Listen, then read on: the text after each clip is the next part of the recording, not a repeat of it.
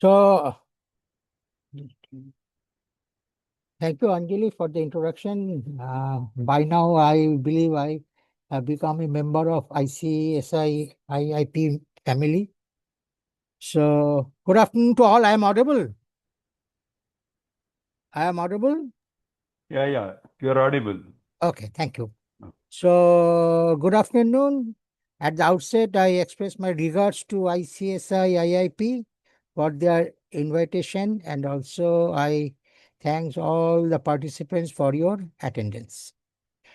Today, our topic is role of COC, IARP, RP, and AR in new IBC norms. Uh, I'm visible, I believe. Na? You can see me. So, friends, the Insolvency and Bankruptcy Code Amendment Act 2026 introduced a massive overhaul to India's insolvency framework, transforming the roles of key stakeholders to speed up recoveries and streamline operations. Its primary shift converts the Committee of Creditors COC into a continuous supervisory body.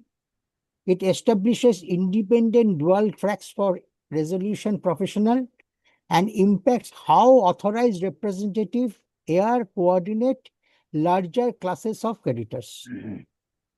After the introduction of Amendment Act 2026, necessary changes were also made in the process regulations by IBBI, and it notified third and fourth amendments to CIRP regulations 2026 and fourth amendment of liquidation process regulation 2026. In the press release on 4th June 2026, IBBI stated that amendments seek to improve availability of information, reduction in avoidable disputes, and alignment of the insolvency framework with the amendments to the code by 2026 Amendment Act.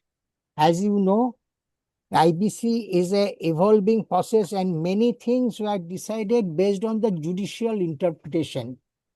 For example, timeline issue in Vidarbha case, then security interest in Rainbow case, etc., etc. So, in order to provide clarity or changes to counter conflicting judicial interpretations, necessary amendments were brought in the Amendment Act 2026. So, with these introductory remarks, let me share my presentation to you. I just request you all kindly make it an interactive session. The subject is new. All are, acquiring knowledge through discussion. So I'll also enrich myself after having this webinar discussing with you. So please make it a interactive session. Thank you. So let me share my presentation.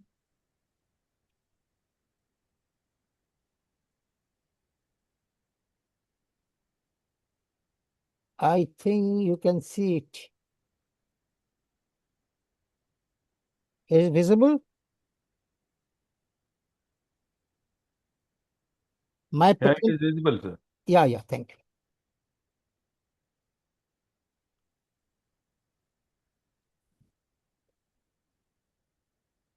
Just a minute.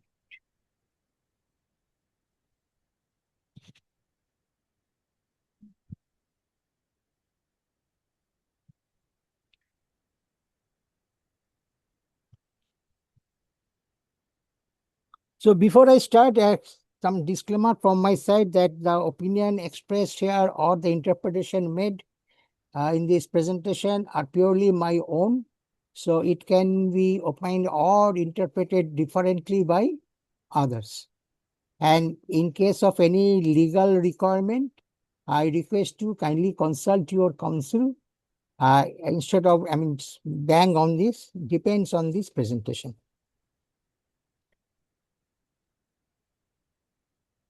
Friends, I am sure you are aware that IBC Insolvency and Bankruptcy Code was introduced by the government of India in the year 2016. So the intention of the government is to establish a single law to address every sort of insolvency issues matters within the country. And also the first time government introduced one process which is the creditor defense.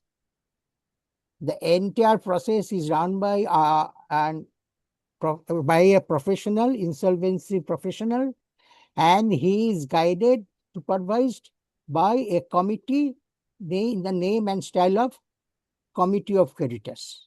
Basically, this committee consists of financial creditor of the financially stressed business establishment. So it is not that we don't have any act or law to address the insolvency matters prior to this IBC. In fact, we have so many laws or acts. To name, I can say SICA, Sikh Industrial Companies Act, then Provincial Insolvency Act, Presidency Town Insolvency Act, SURFACE Act. Even our Companies Act 1956 also dealt with the winding up of the companies in case it is financially distressed. But the problem is this, that all these acts, they played in their individual field. For example, SICA is only for the Sikh industrial unit.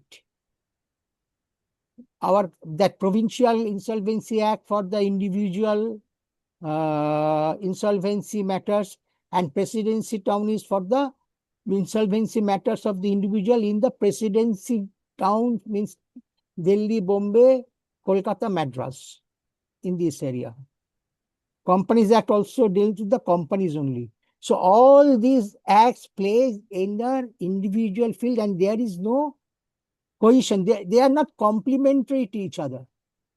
So it happens many times that if the litigant found that maybe the verdict or the outcome of the litigation goes against him, it was possible for him to file another case under the provision of another act. And it happened that time. So all these things, what's happening, that resolution, this lingers the resolution process. It takes much time to have the resolution on the insolvency matters in our country. And when the resolution came, it is absolutely not viable. Because you understand that the value of assets diminishes over the period of time. And for the lingerance in the litigation, it also increases the litigation cost. So the objective of the government of India to address all these things, to bring a single law now, to address all the insolvency matters. The code, got the presidential assent in May 2026, and it was brought into effect on 1st December 2016. Sorry, presidential assent on May 2016, and it was notified in the official gazette on 1st December 2016 and made effective on that very date, barring few provisions in the code. So now if we see after saying all these things, if we see the objective of the IBC, which is provided in the preamble section of the code, we will see that it is mentioned there, this is an act to consolidate and amend the laws. To consolidate means a single law relating to reorganization and insolvency resolution of corporate persons, partnership firms, individuals, all sort of entities in a time-bound manner. So this is the first time the time period. I said that earlier era, it is litigation time is, very much high. So this time government of India put the timeline in the code itself. So it is a time-bound mannered resolution of the insolvency matters for maximization of value of assets. Definitely, because the time is now defined. So, and it is a shortest possible time. So we get the maximum value out of the asset of the corporate debtor. To promote entrepreneurship, all of us know that IBC operates in two stages. First stage is to the resolution or revival of the corporate debtor, financially stressed corporate debtor, and if it is not possible, then liquidation starts. So in the first stage, the resolution professional or the professional who is entrusted with these activities, he invites plan from the other entrepreneurs, and in this way, it promotes the entrepreneurship, availability of credit in the hands of financial institutions or banks because of this resolution or through liquidation process, and balance the interest of all the stakeholders, including alteration in the order of priority of payment of government dues. If you see all the earlier laws, the first payment is made to the government dues, towards the government dues. So government first gone away with his dues. And then very few amount left for the financial institutions or banks who actually had lended money to the company. This also changed by this act.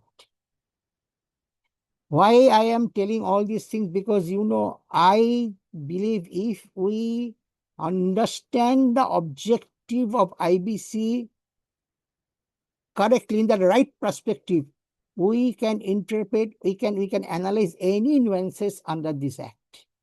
Because of this objective, it has some unique propositions which I have listed here: consolidated law, time-bound process, maximization of asset values, promote entrepreneurship, credit availability, balancing interest of all.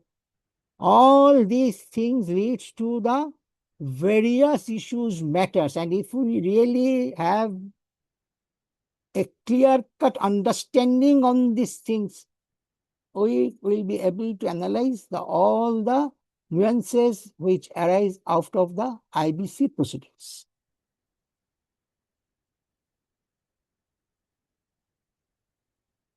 Friends, before I start my discussion, I want to share with the report of Select Committee on IBC Amendment Bill 2025.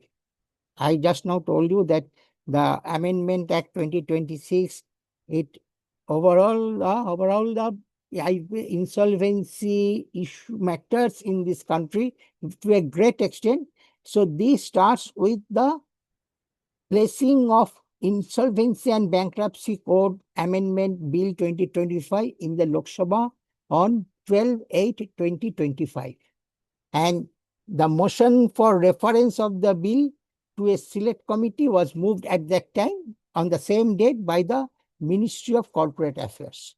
So one select committee was established to oversee or to, to observe the provisions given in this amendment bill and to make the recommendations for this. This committee was chaired by Mr. Baijayant Panda, who is a veteran politician, Rajya Sabha member from Odisha, and he is also the chairman of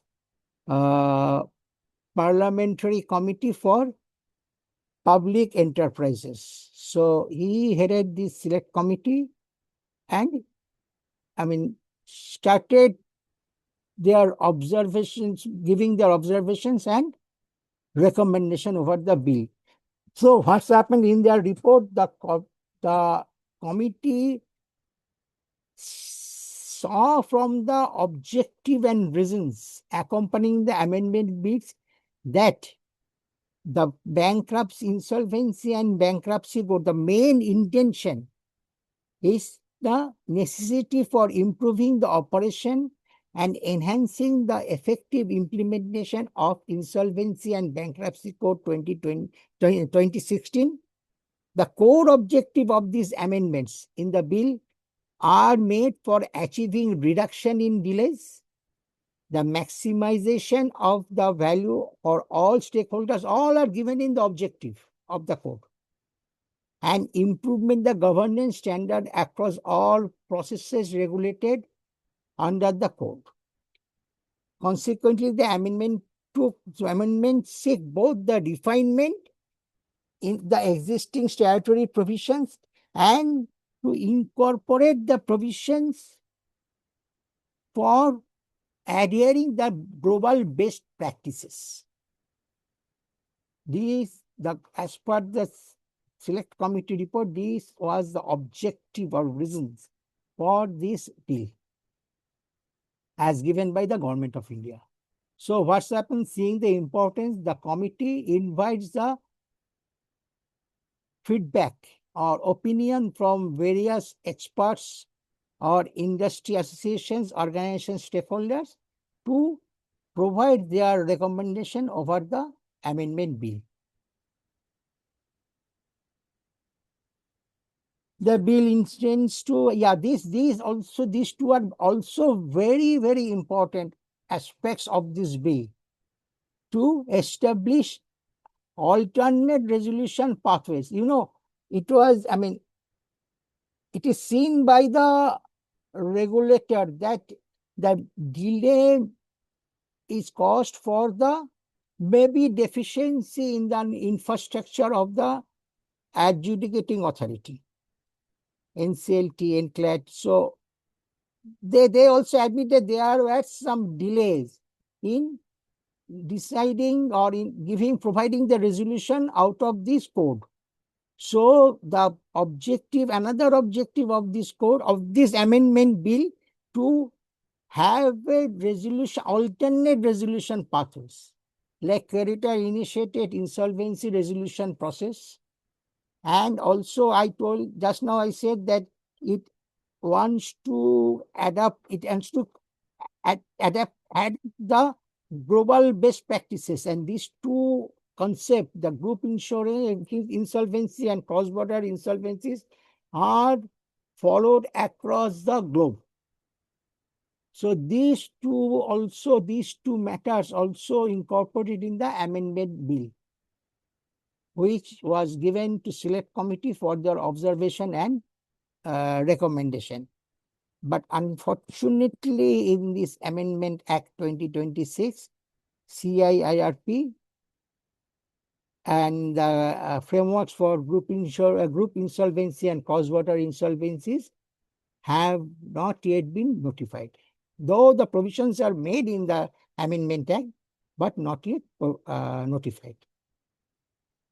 So if we see the key observations and recommendations of the select committee, firstly, they said separation of roles and appointment of liquidators, conflict of interest avoidance.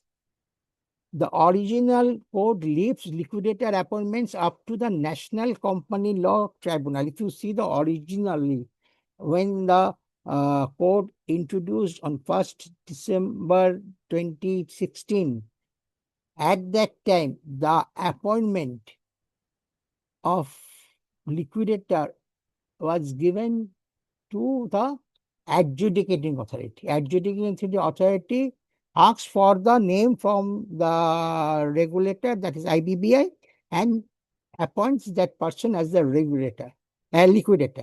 But in the amendment in 2025, this shifts the power to the Committee of Creditors. The Committee of Creditors now can recommend. Till now, it is not, because this change, I will only discuss this. The select committee observed that a resolution professional might face a perverse incentive to steer a company towards a liquidation. So they made the observation that there may be a conflict of interest between the resolution professional, between the role of insolvency resolution professional and the liquidator. So the recommendation from select committee is, the committee recommended that existing RP must be statutorily ineligible to step in as the liquidator. Instead, the liquidator should be appointed based on immediate recommendations provided by the Insolvency and Bankruptcy Board of India within 10 days. They also specify the day also here. So they recommended that these roles should be separated, this RP role and liquidator role. And they again fall back to the earlier procedure where the adjudicating authorities NCLT will ask the recommendation or ask the appointment from the board, that is IBBI, and within 10 days the IBBI should inform them the name of the professional, insolvency professional, who will act as the liquidator. Then second recommendation, oversight and powers of the COC during liquidation. Supervisory roles, they said that the bill formally replaces stakeholder the select committee recommends that since COC is there, let the COC supervise the entire process of insolvency, both stage 1 and stage 2. So they recommended that this stakeholder consultation committee, which actually formed in the second stage, that is during liquidation stage, they asked to, get away with this concept. They asked to stop this stakeholder consultation committee concept with COC, replace them with COC during liquidation, giving creditors active supervision, because COC basically are the creditors, financial creditors, who have financed the money to this financially distressed business entity. So let them supervise to leverage their commercial wisdom. So obvious recommendation to prevent overlapping jurisdiction and continuous friction, the committee urged IBBI to explicitly draft regulations defining the exact scope of COC supervisory powers so they do not infringe upon the statutory duties of liquidators. So they said that let COC supervises the liquidation process, but there should be clear-cut guidelines. So liquidator also can function freely. What I am telling, all these things are the recommendation of the select committee. We will discuss how far it is accepted in the Amendment Act. Then accelerated timelines for judicial appeals. So I said that government also acknowledges that there are some delays due to the infrastructure issue of the adjudicating authority, but the select committee observed that there are some time issue for passing the orders by the appellate tribunal also. So they expressed grave concern over the existing lack of prescriptive timeline for the disposal of appeals by NCLAT, noting that legal logjam significantly erode asset value. Because we have also seen in the objective section that the time of resolution, the timeline taken for the resolution and the value or asset are inversely proportionate. If it is go up, it will come. The value will come down. So recommendation made by the select committee, the bill should include a mandatory deadline requiring NCLAT to systematically dispose of an appeal within 3 months from the date it is received. Then grounding cross-border insolvency frameworks. This is very important because I'm telling you why. While the bill introduced an enabling provisions allowing the central government to make rules regarding cross-border insolvency, the committee felt this left too much up to the subordinate legislation, and they said the recommendation is to adopt the ancestral model law should be directly codified according to the need of the country. I personally feel this is a very valid observation made by this select committee because, this cross-border insolvency matters cannot solely be judged by the ministry of a single ministry, that Ministry of Corporate Affairs.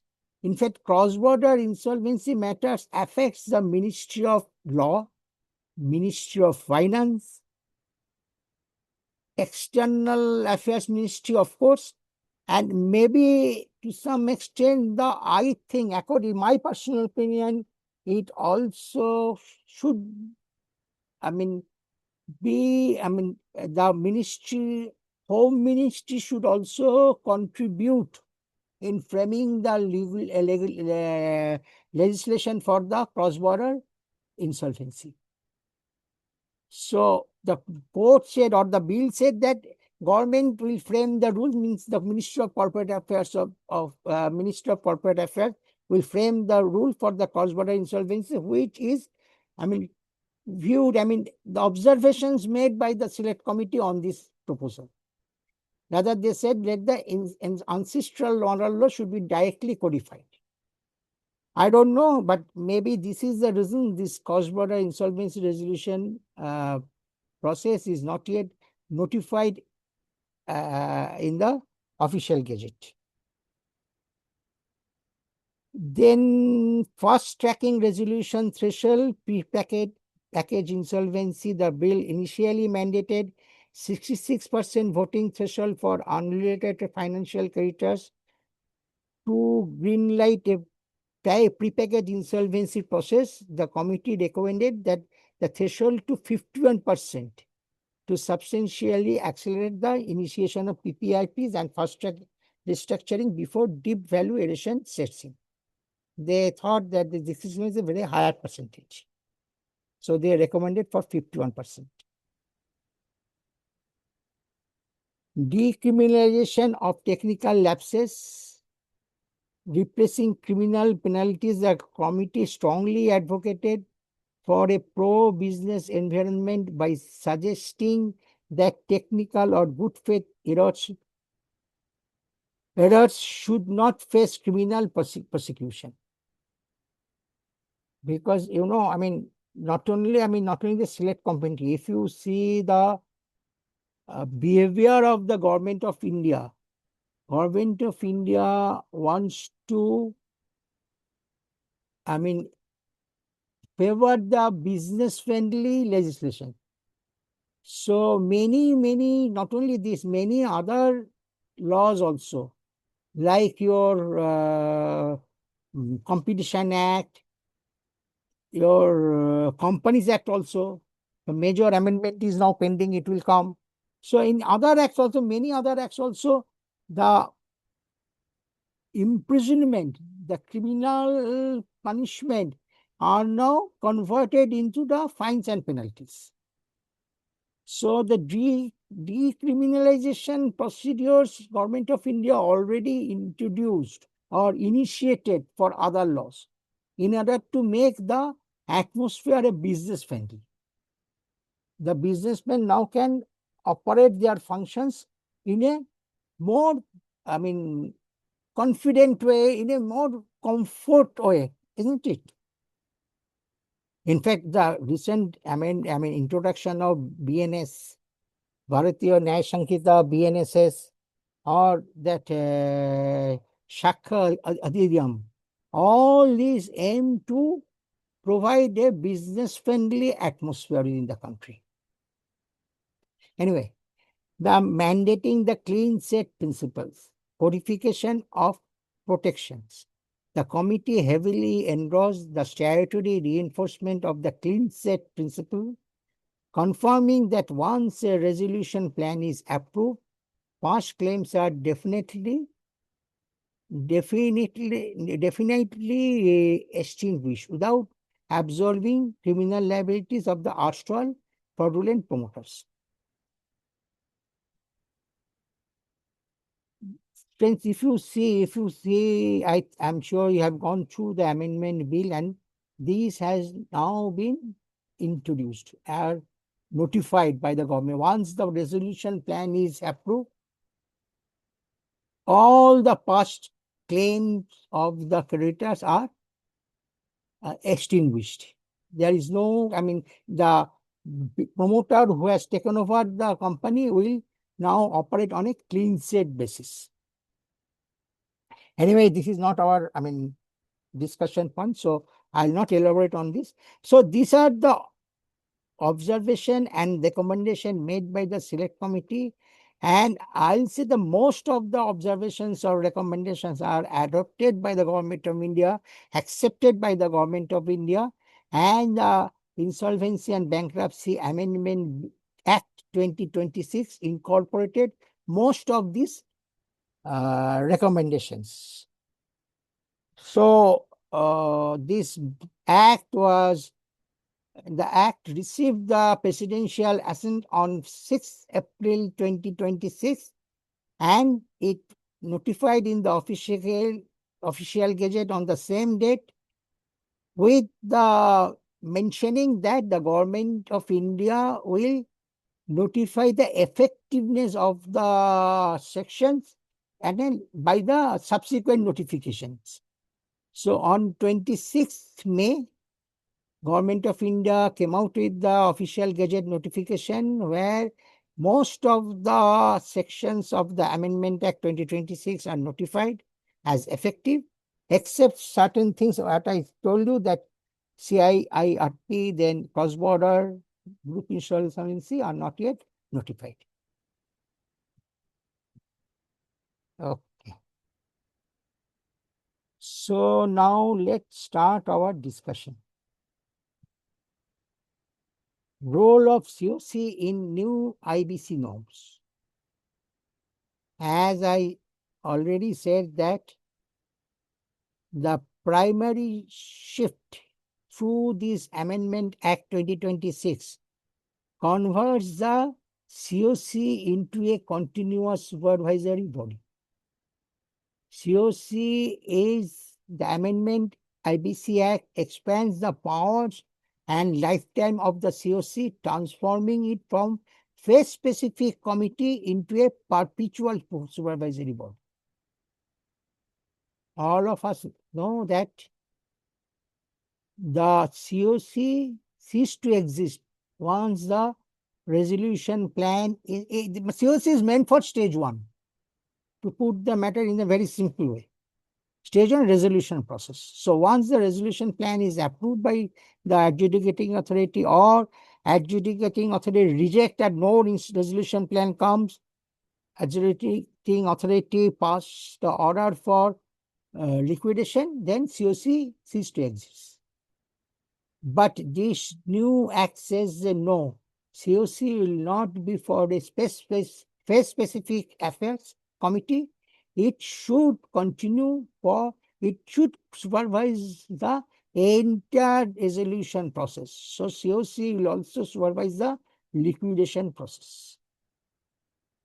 So what's happened? A new section 2111 inserted in this Amendment Act, which says that COC does not dissolve after CIRP fails and a liquidation order has been passed by the adjudicating authority. Rather, it continues through the liquidation stage to act as a regulatory check on the liquidator. Liquidator can no longer act with absolute autonomy. They must obtain explicit approval from COC for major action. Just like we faced it in the resolution process, the RP faces in the resolution process of the corporate debtor. Same thing will also now applicable for liquidation. So interpretation of sections and regulations. As per section 2111, where the liquidation process of the corporate debtor is initiated, the committee of creditors constituted under this section shall also supervise the conduct of liquidation process by the liquidator. And provisions of this section and section 2424 stands for the meeting of the committee of creditors. So both section 21, that is the constitution of COC, committee of creditors, and the meetings, how the meeting will be conducted, what are the requirements, how the notice will be issued, everything will also valid or will also continue in liquidation process also. The board may specify any other class or classes of creditors who may attend the meetings of the committee of the creditors during liquidation process, but shall not have any right to vote in such meetings. You know that SCC, Stakeholders Consultation Committee, consists of all the creditors of the corporate debtor under liquidation, barring who has not relinquished his security interest. Otherwise, everyone are incorporated in the stakeholder consultation committee, and they enjoy the voting share as per their claim to the total claim. But now in the new situation, only the financial creditors, unrelated financial creditors of the corporate debtor will form the COC, just like in the COC and the CIRP process. And other board, if board specify any regulations, other can, or if board approves, the other classes of creditors can also join the meeting, but they don't have any voting right. As per section 34A, where any time during the liquidation process, the committee of creditors is of the opinion that a liquidator so appointed is required to be replaced, it may, by a vote of not less than 66% of the voting share, resolve to replace the liquidator with another insolvency professional. Friends, we have seen the same provision in Regulation 31A of the IBBI liquidation process regulations. But its power was enjoyed by the stakeholder consultation committee. Now, stakeholder consultation committee is taken away by the regulator and by the legislature. So exactly the same power is given to the COC for the replacement of the liquidator, and it is inserted in section 34A. So these two sections are important to know the role of COC. So far they are, what should I say? They are activity, that supervisory activity is concerned.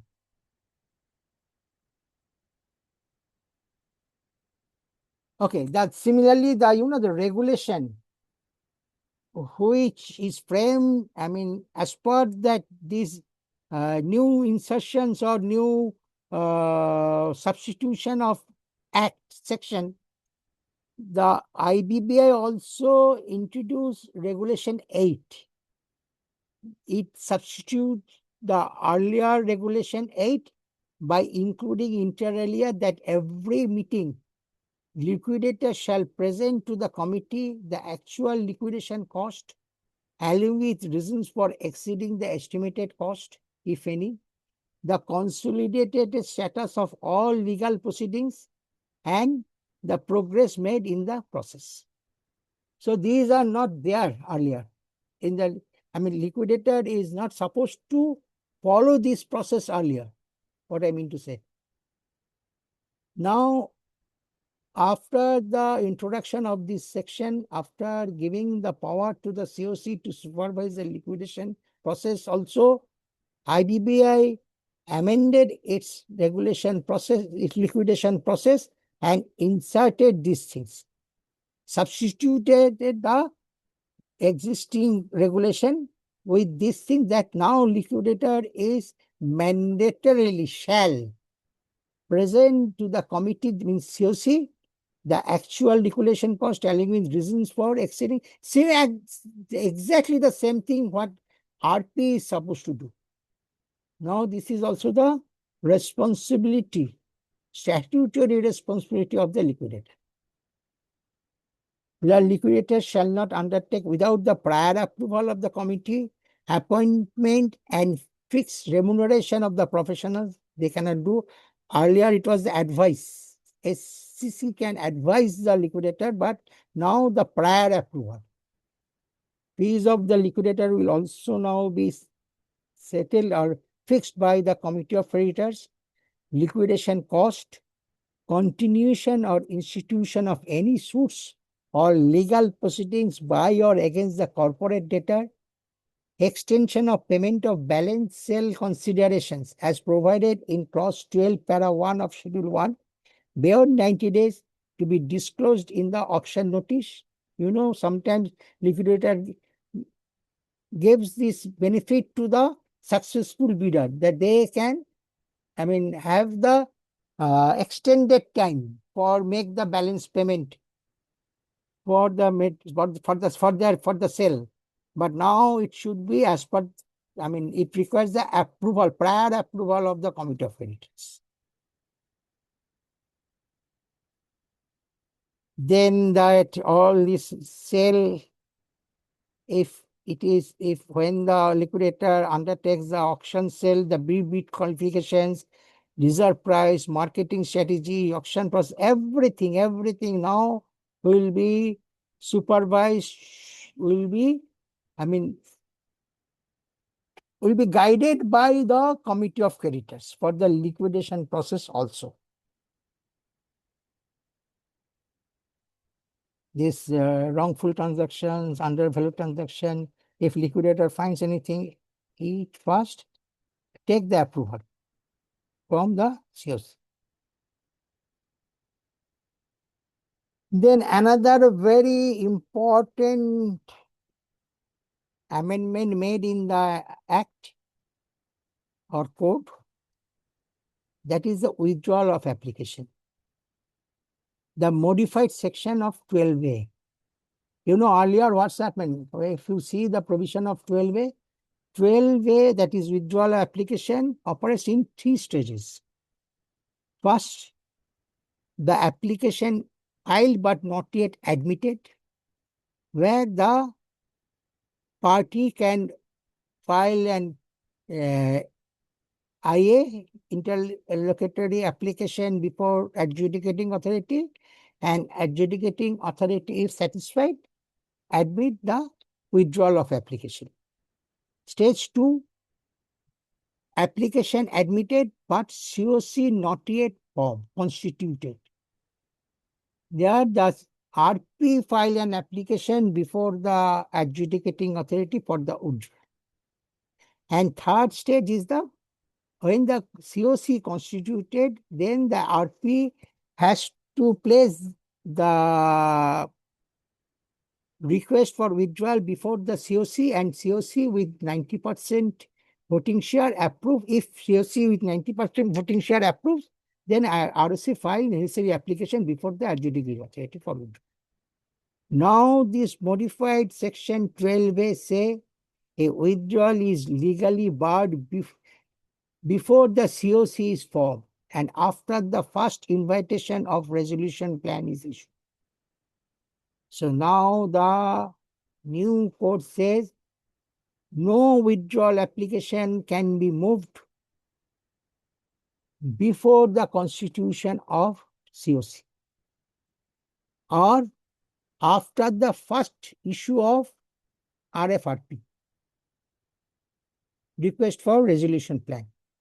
So within this time period, only the withdrawal application can be filed. So if you interpret the section, in section 12A of the Act, the following has been substituted as the subject to the conditions below. The adjudicating authority, as the subject to the condition below, the adjudicating authority may allow the withdrawal of an application admitted under section 7, 9 or 10 on an application made by the resolution professional with the approval of 90% voting share of the committee of creditors in such manner as may be specified. However, such withdrawal shall not happen before the constitution of the committee of creditors and after the first invitation for submission of resolution plan has been issued by the resolution professional. So the modified 12A now reads like this. Time frame is defined. And accordingly, IBBI also amended its regulation 30A through CIRP third amendment regulation, stating as an application for withdrawal under section 12A shall be made to the adjudicating authority by the resolution professional within 3 days of the approval of the committee of creditors in such form as notified by the board through circular shall be accompanied by a bank guarantee or a demand draft towards the estimated expenses incurred till the date of filing of the application as determined by the resolution professional. Further, such application shall not be made before the constitution of committee and be after the issue of the invitation of the expression of interest. So these things, these two conditions are also incorporated in the amended regulations issued by the IBBA. In addition, IBBA also prescribed the procedures, how it will be done and how the application will be made by the resolution profession.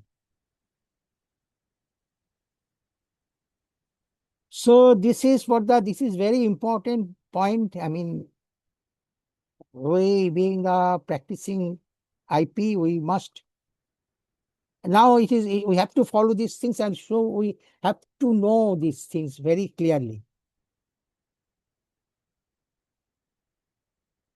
Then another very unique, I should say very unique amendment made in this new act, and also according to me, purely my personal opinion, maybe it will invite more litigations in future. I am explaining why I am thinking so. So this thing is treatment of guarantor assets. In the Amendment Act 2026, it has been notified that after Section 28, the following shall be inserted. A new section is now inserted in the Act as Section 28A, which reads, notwithstanding anything contained in this code or any other law for the time being in force, where a creditor of the corporate debtor has taken possession of an asset of a personal guarantor or a corporate guarantor of the corporate debtor by enforcing its security interest over such asset under any law for the time being in force during the corporate insolvency resolution process of the corporate debtor, permit the transfer of such an asset as part of its insolvency resolution with prior approval of the committee of creditors in such manner and subject to such conditions as may be specified. So this new act says that if a creditor of the corporate debtor has the possession of an asset, I mean something is, the charge is created in favor of that creditor, and he has also taken the possession under any law, under SARFAESI, any act. He can, with the approval of committee of creditors, transfer that asset to the resolution process of the corporate debtor. Hence, I mean, luckily I have not faced this situation, but Sir, I have a doubt here. yes, tell me. Suppose I am there, I am offering my guarantee to for the corporate debtor to a financial creditor. Okay. Hmm. And there are other creditors also Hmm. for the corporate debtor. Other But yes, yeah. other financial creditors are also giving, and say under consortium. But Ah. my offer of guarantee is only to, say, for example, a State Bank of India. Ah. and the corporate, the State Bank of India has taken over my property under SARFAESI, and it is with them. Yes. Meanwhile, the CIRP has come into picture, and how can they transfer that to the resolution professional? When I am offering my guarantee only to SBI, how can they extend my guarantee to other banks? Sir, this is the provision. That's why it's a very unique one.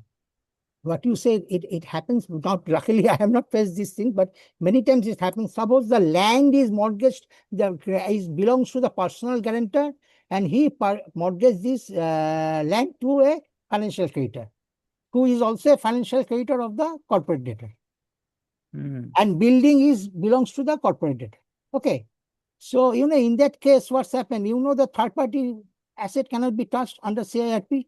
That is, of course, that is a Now, different context. nobody will be interested for the Yeah, resolution that plan. is happening. With, Quite with, often it is. with this Uh, new section, they said it can be done, provided the other committee of creditors, the members of the committee of creditors, they approve this. So what's the, let me finish these things. It is not that I have just transferred. The okay. terms and condition, how, when it will be, realized, how the payment will be made to the person who has the interest on everything will be decided. But it is now doable. But what I said, okay, let me finish it first. Then I think Okay, okay, carry on. I can help. Because this is a unique. I said in the very, very beginning. This is the situation happened many way. And for these purposes, this new section is introduced in the code now. Just sorry. Actually, I'll shift this photograph because my slide I cannot see completely. Just yeah. So now you interpret the section and regulations. Section 20. Just I request you kindly go, follow these things very minutely. You will get the answer by yourself. Section 28A reads as notwithstanding anything contained in this code or any other law for the time being in force. It starts with notwithstanding anything contained in this code or any other law for the time being in force, where a creditor of a corporate debtor has taken possession of an asset of a personal guarantor or corporate guarantor of the corporate debtor by enforcing its security interest over such asset under any law for the time being in force, which empowers the creditor to transfer the asset.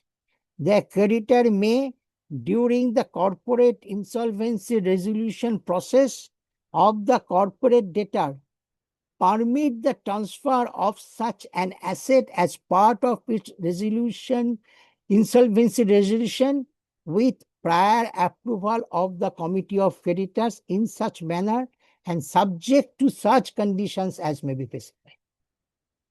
Now, after this act, introduction of when the RP will prepare suppose everything is done, permission is given.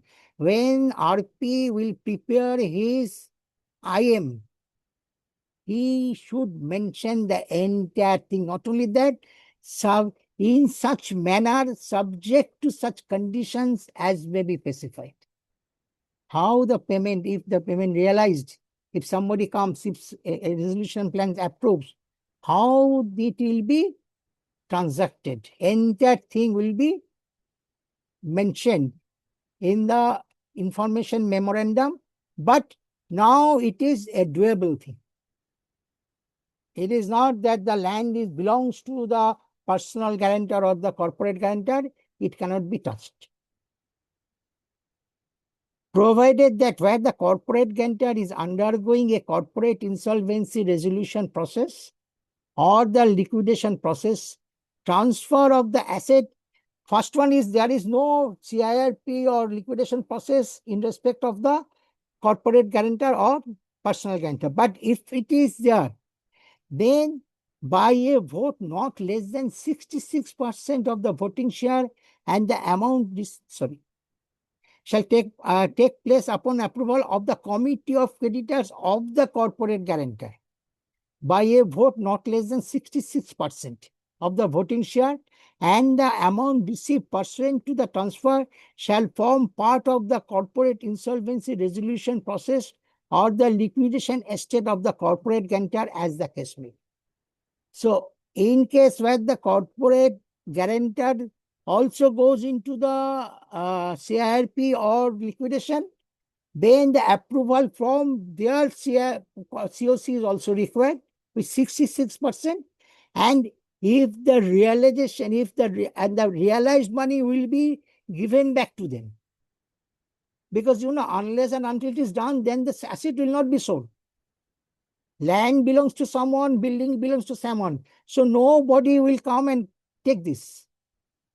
So it will be done. It will require the approval of the corporate guarantor also, the COC of corporate guarantor also, if the corporate guarantor is under insolvency, CIRP process or liquidation, and the amount realized will be transferred to them. Only the excess money over their claim will come to the liquidation estate or the resolution plan of the corporate debtor. Provided further, during the liquidation process of a corporate guarantor, the approval of the committee of creditors under the first provision is required only where the creditors has relinquished such asset of the corporate liquidation estate under section 52. So these here the corporate financial creditors only who has relinquished their security interest. Provided also where the personal guarantor is undergoing an insolvency resolution process or the bankruptcy process, and the creditor has forfeited or surrendered his right in relation to an asset, the transfer of such asset under this subsection shall take place upon the approval of majority of more than 3/4 in value of the creditors of the personal guarantor, and the amount received pursuant to the transfer shall form part of the insolvency resolution process or the bankruptcy process of the personal guarantor, as the case may be. Similarly, for the personal guarantor also. Three situations are there. First, personal guarantor, corporate guarantor are not under CIRP. So the secured creditors who has the security interest can transfer this to the CIRP process of the corporate debtor with the specific terms and conditions. Corporate guarantor gone into liquidation, undergoing the CIRP process or liquidation process, then the approval of the 66% of the COC of that corporate guarantor, and the amount realized out of these things of the sale of land, or maybe as the decided amount will go back to that corporate guarantor resolution process or CIRP process or liquidation process, and balance, if any, will come to the corporate debtors insolvency process.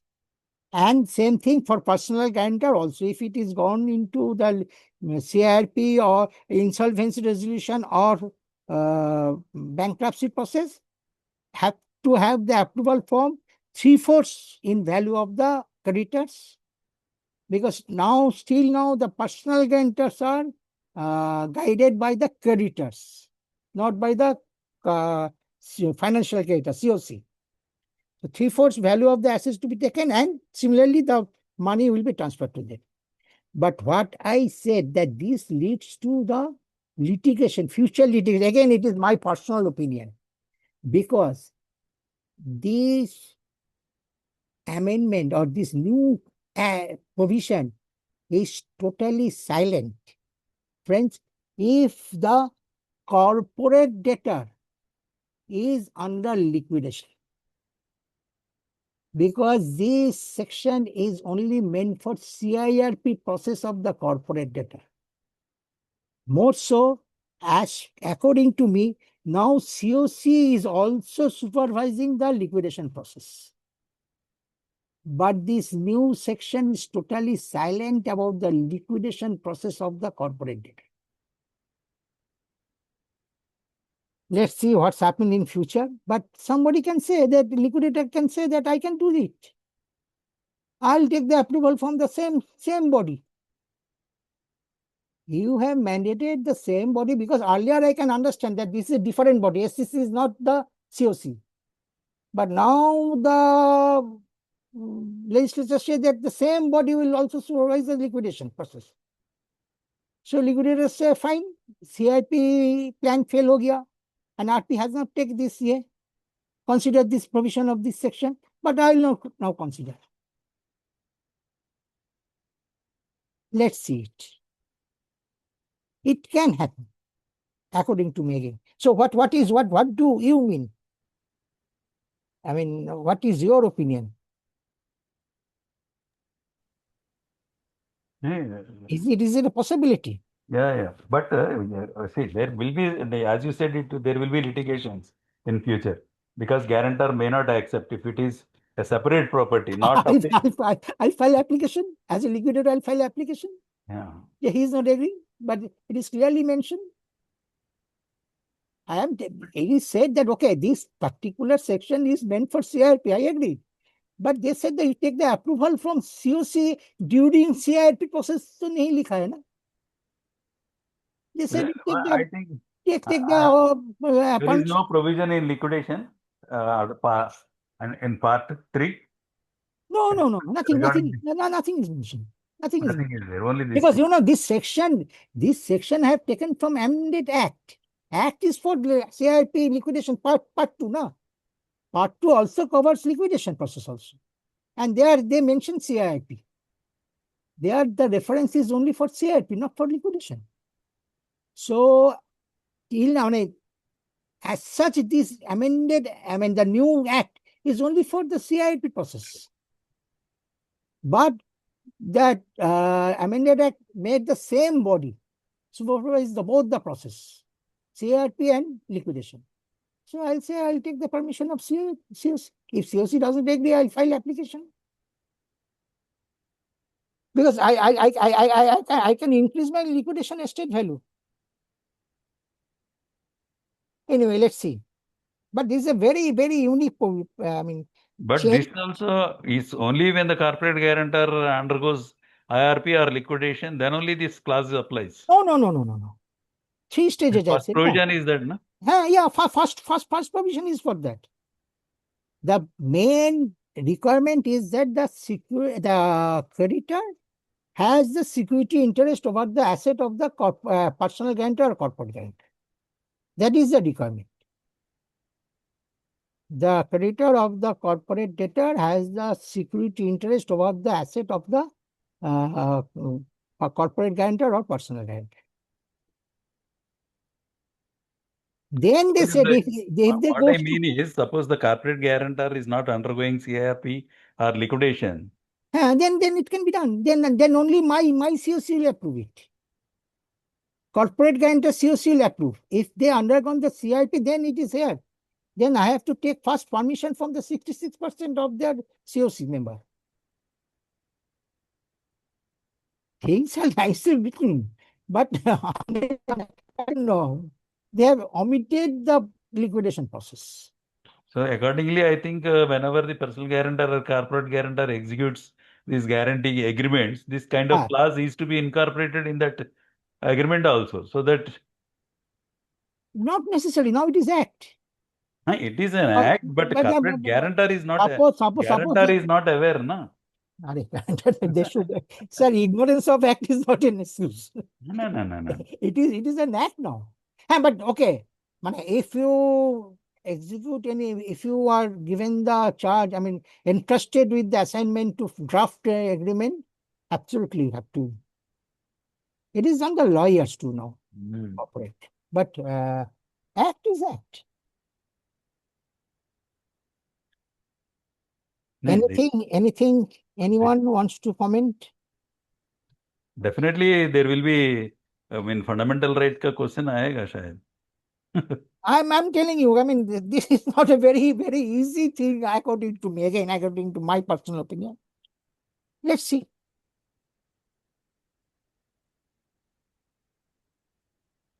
Accordingly, sorry, I have started Sir, discussion sir, on one earlier. question, sir. One Yes, question, sir. tell me.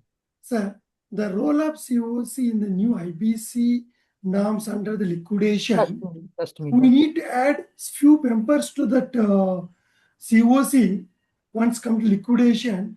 For existing CRP cases, how many days time you need to implement those regulations?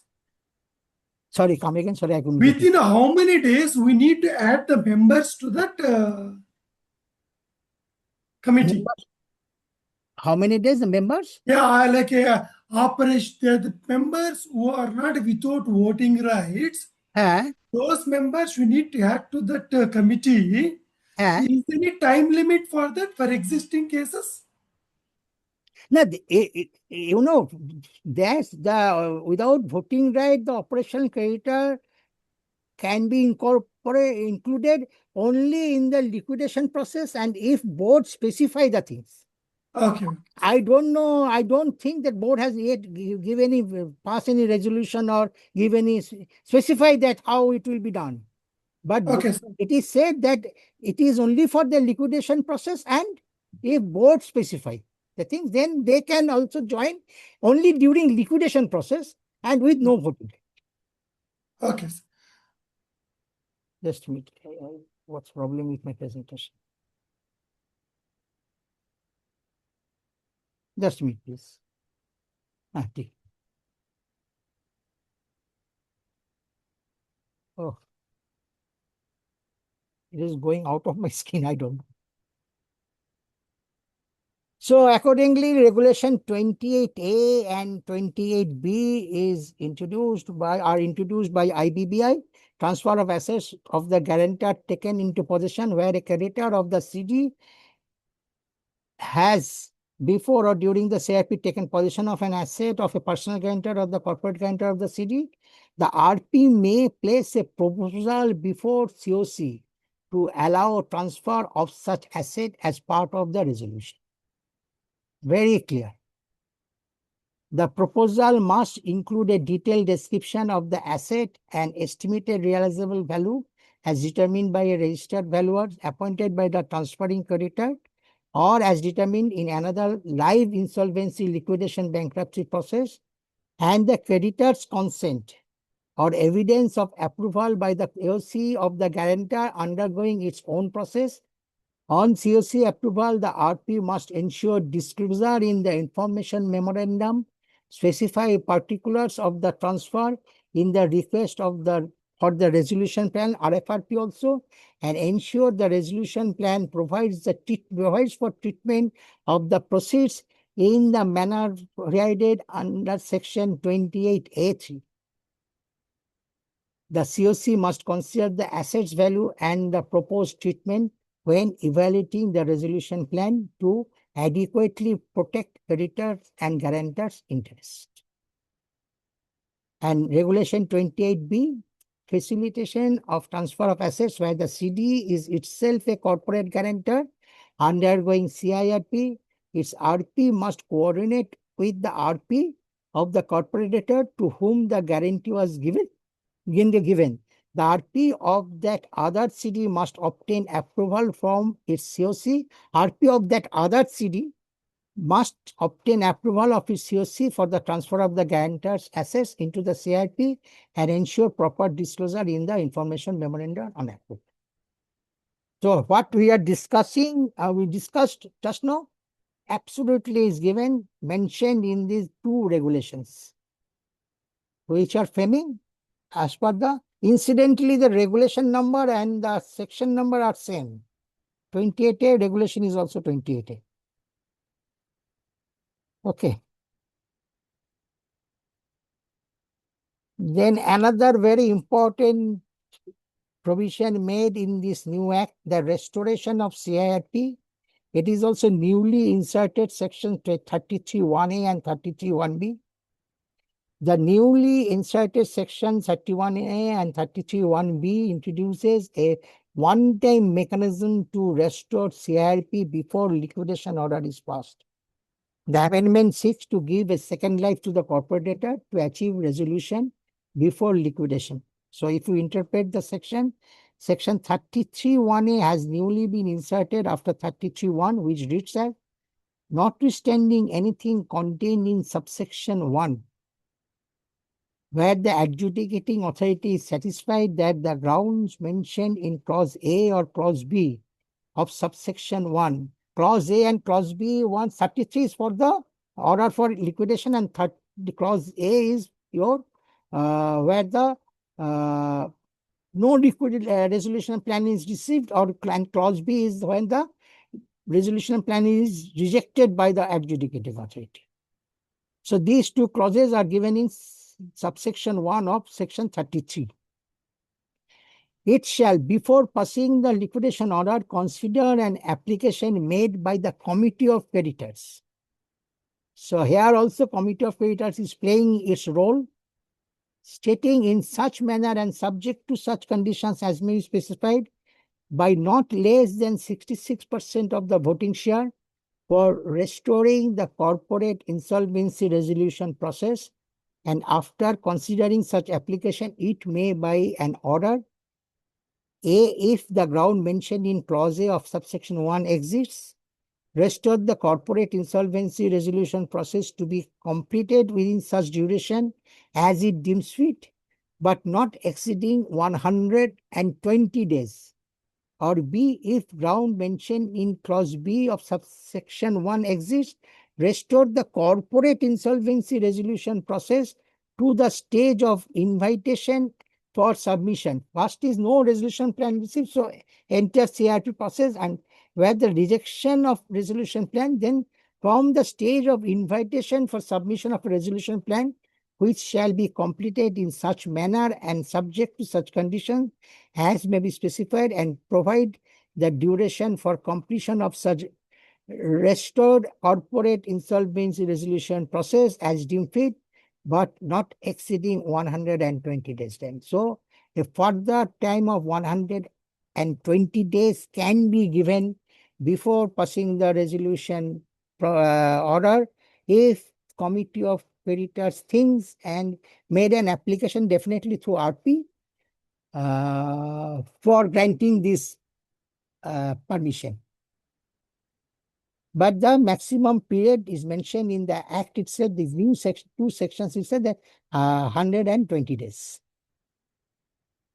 It has been explained that for the purposes of this section and also for 1B below, that on and from the date of commencement of Insolvency Bankruptcy Code Amendment Act 2026, the provision shall also apply to the corporate insolvency resolution process of a corporate debtor initiated before such date of commencement, but adjudicating authority has not passed a liquidation order. So if in the earlier cases also, if the liquidation order is not yet passed, this section 33(1)(a) and 33(1)(b) will be applicable. However, this section shall not apply where the liquidation order is passed. So if it is passed, then you cannot say that a new act has section has come into place, and so please give the extension of CIRP period. No. 1B, the corporate insolvency resolution of a corporate debtor may be restored in accordance with subsection 1A only once. So this application can be made only once. If it is not done, I mean, if it is again rejected or no resolution plan received, no such application can be made.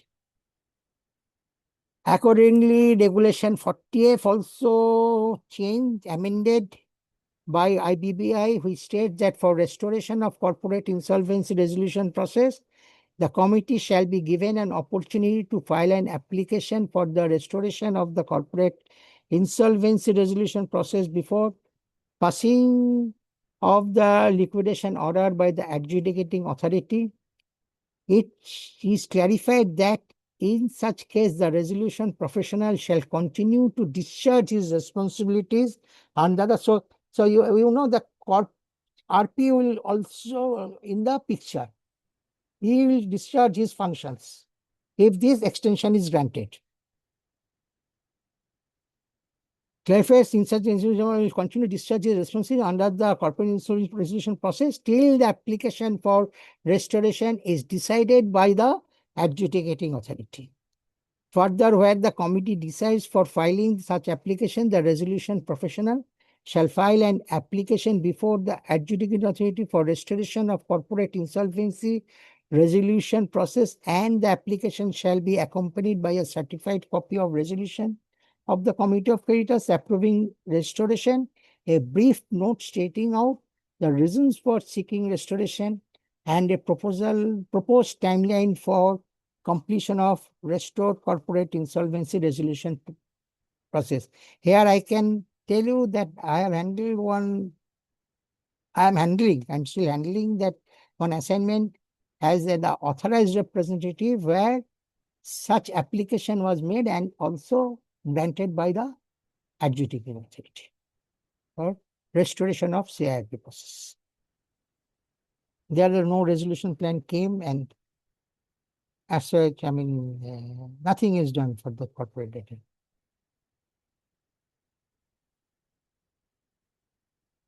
So another role to be played by COC for dissolution of corporate debtor as per the amendment. Now here it is the amendment in section 33(2).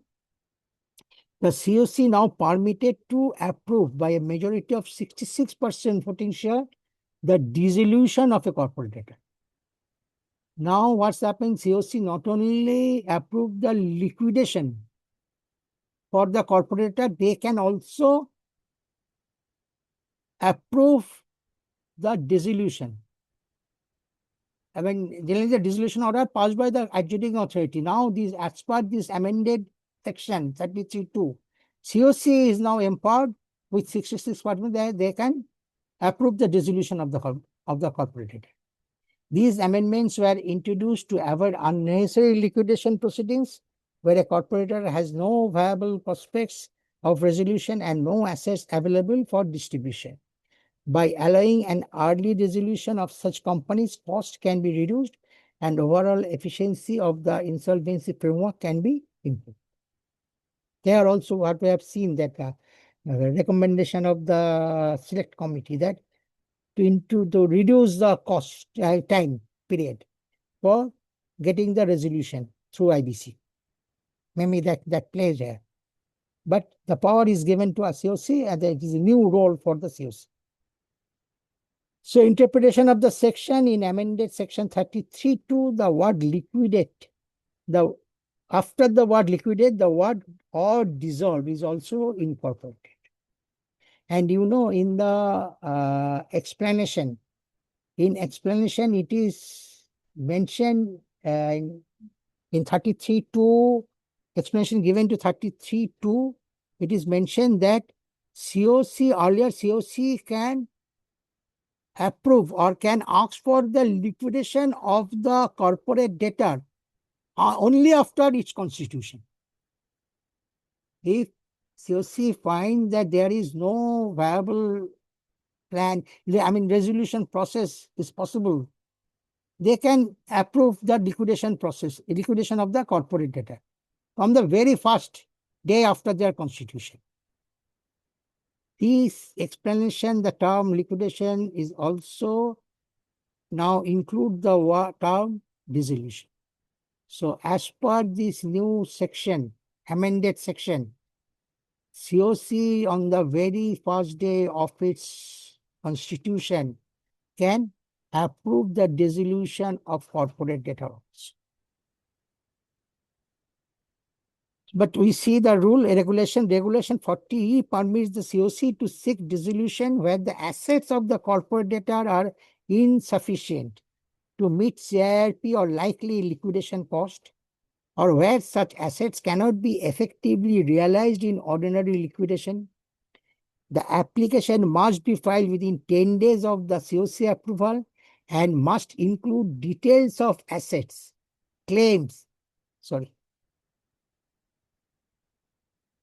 avoidance transactions, contingent assets, and reasons showing why the continuation of the process is not economically beneficial for all concerned stakeholders. So, Regulation 40E categorically mentioned the scenario where the COC can approve the dissolution of the corporate debtor. But if these things are there, the dissolution approval can be given by the COC only after its constitution, in the very first day.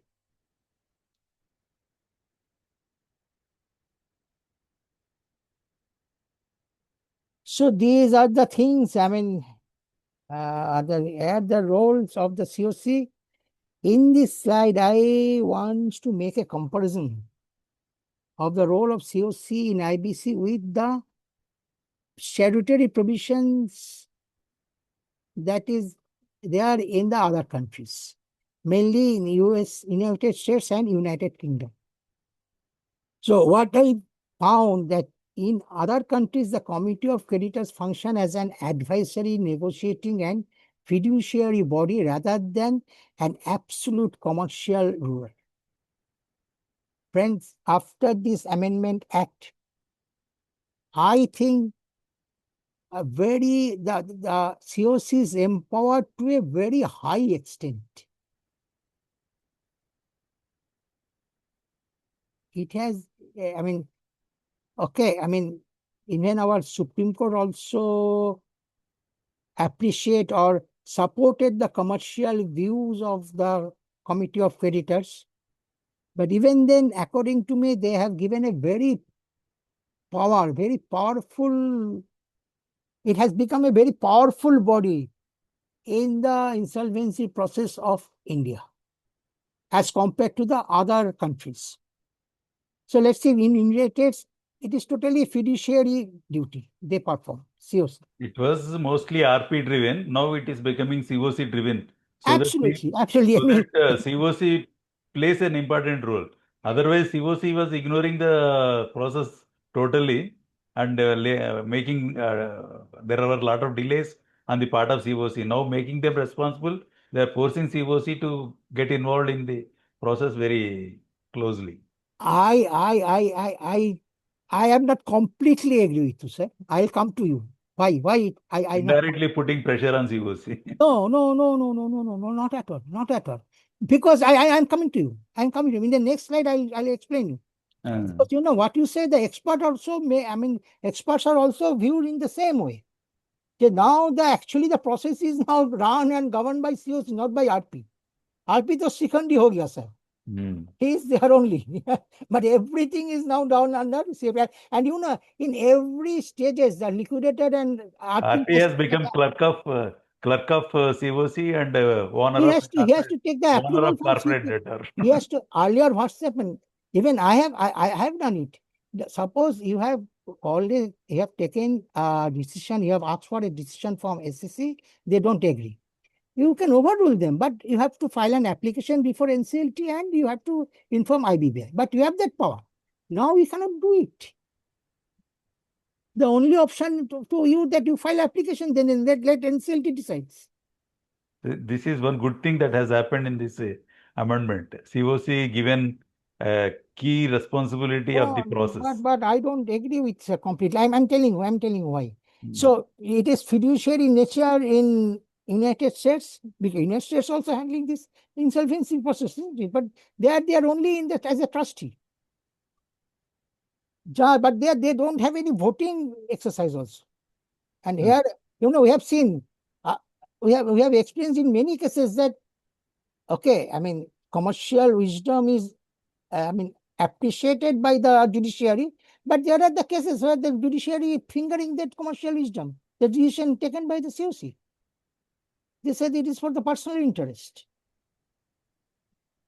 Investigation and plan creation, the investigate the debtors' conduct, participate in formulating a reorganization plan, formulating a reorganization plan, and have power to hire professionals. They involve themselves in preparing that plan. Where what's happened, some RA submits the plan and they give decision whether it is approved or not. Not in USA. advisory nature. United Kingdom also you see informal, and it is an ad hoc creditor committee, and supervision is the creditor's influence in the Commonwealth countries and in United Kingdom. Creditors' influence processes via administrative receivership or company voluntary arrangement, and rather than day-to-day operational vetoes. This is my point. Now they start giving vetoes in their operational things. At the same time, you have given the mandate for the timelines. Anyway, why I said that I may not be agree with you because of this. That this 196 section is also notified. And if you see the new insertion in this section SA, it specifies the standards of conduct for the Committee of Creditors and its members, including the timelines within which the Committee of Creditors shall take decision while acting under Part 2 and Part 3 of this code, as the case may be. It is now Act, sir. And I am not aware that whether anything is specified in this regard. Do you have any information? Anybody can comment on this? I just pause here for What I feel is this standard code of conduct for COC, it was there by way of a notification only. Now it has become part of the section under this code. But after the notification of this Amendment Act, somebody should notify that. Have you seen that notification? That this is a part of the code of conduct and this is the timeline the COC members will follow? Timelines, I think. No. For COC, there is no timeline. No timeline. Timeline is only for RP and liquidators, sir. So it has, I think regulation has to come for this. Absolutely. So what you say that it is better that let COC handle everything without this, because this is also, I personally saw there. I mean, I found out whether this is notified or not.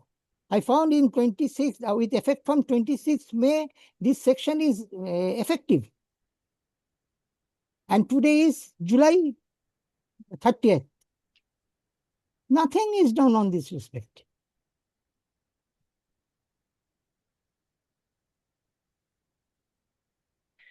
Unless this IP is what do you call RP or IRP, if he is made independent of COC, I think it is Not, I am not asking for the independent, but because at the if same time, this look, I have also my own commercial wisdom, isn't it? COC has the commercial wisdom. I also have my commercial wisdom. So you have to some extent, you have to rely on me also. If you ask me that every time you go and take the approval from them,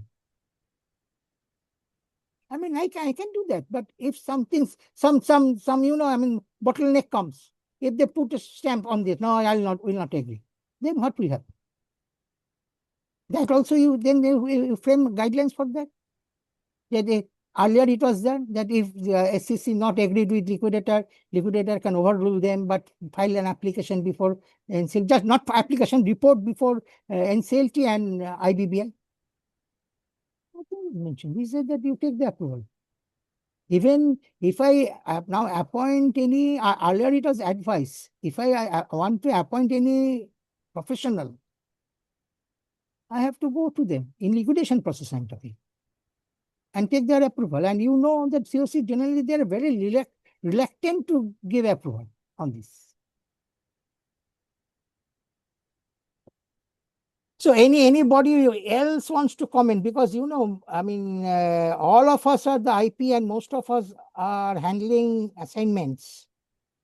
So so these are the role. Now COC is empowered to do all these things. So anything? Or shall I move to the next point?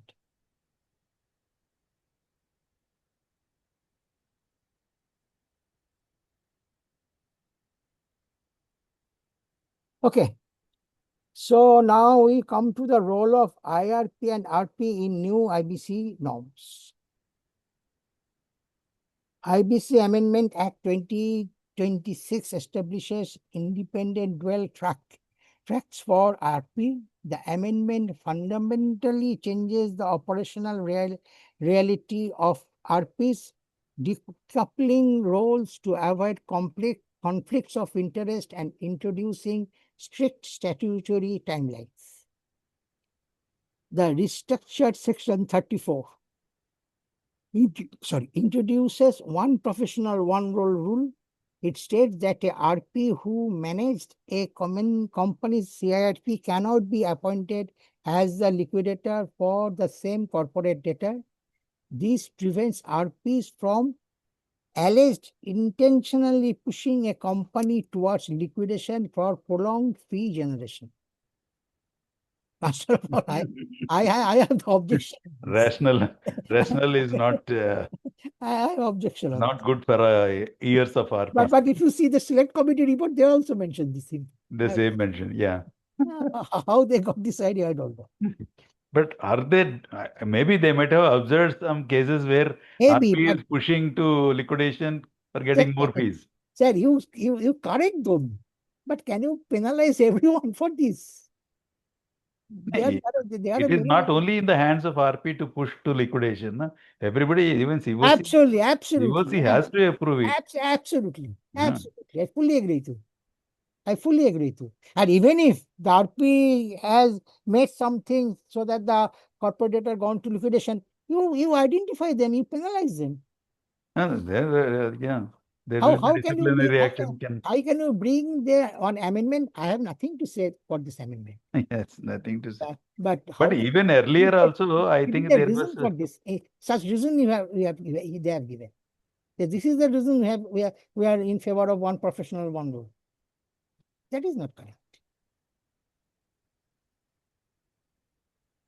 As stated in the Amendment Act 2026, in Section 34 of the Principal Act, the subsection 1, for the subsection 1, the following subsection shall be substituted, namely where the adjudicating authority passes an order for liquidation of the corporate debtor, it shall refer to the board for making recommendation of an insolvency professional to be appointed as the liquidator, and on receipt of the recommendation, appoint such insolvency professional as the liquidator.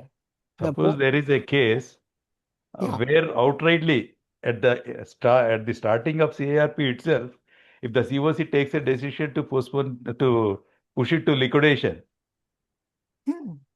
then also the RP has to be changed. Yeah. You got my point, sir? Yeah, yes, I got you. Every time. And you know what's happening? Though it is mentioned, you know why I'm so, I mean, so vociferous against this, even if it is mentioned that it shall refer to the board making recommendation of an insolvency professional appointed liquidator and receive a recognition, but practically there are some instances where COC recommended the name of liquidator and they appointed. From the panel, maybe. Agreed, but recommendation come from COC. That is not done. You said this is the reason I am removing RP to be a liquidator of the corporate debtor. And what's happened when the liquidation application is filed, move, COC name the person and IP as the liquidator, and NCLT, okay, seeing that whether there is no disciplinary action against him, appoints him. It should not be. It should be referred to you mean to say it has to be referred to board? Yeah, you have to my.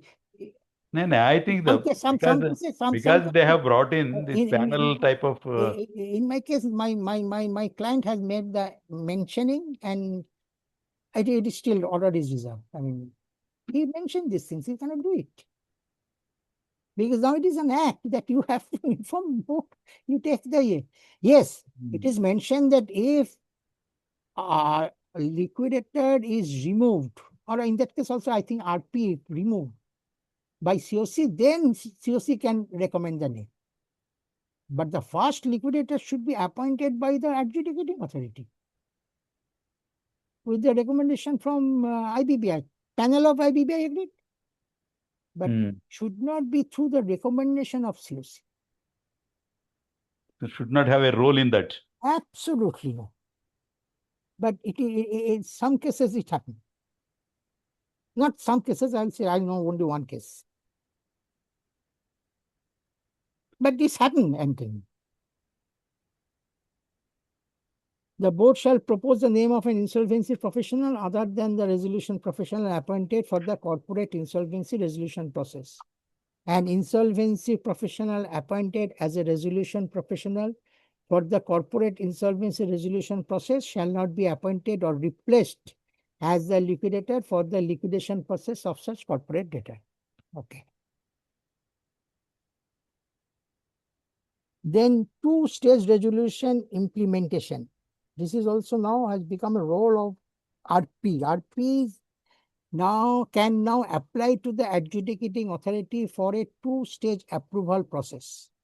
NCLT can first approve the operational handover of the business to the resolution applicant and then separately finalize the distribution plan to creditors within 30 days.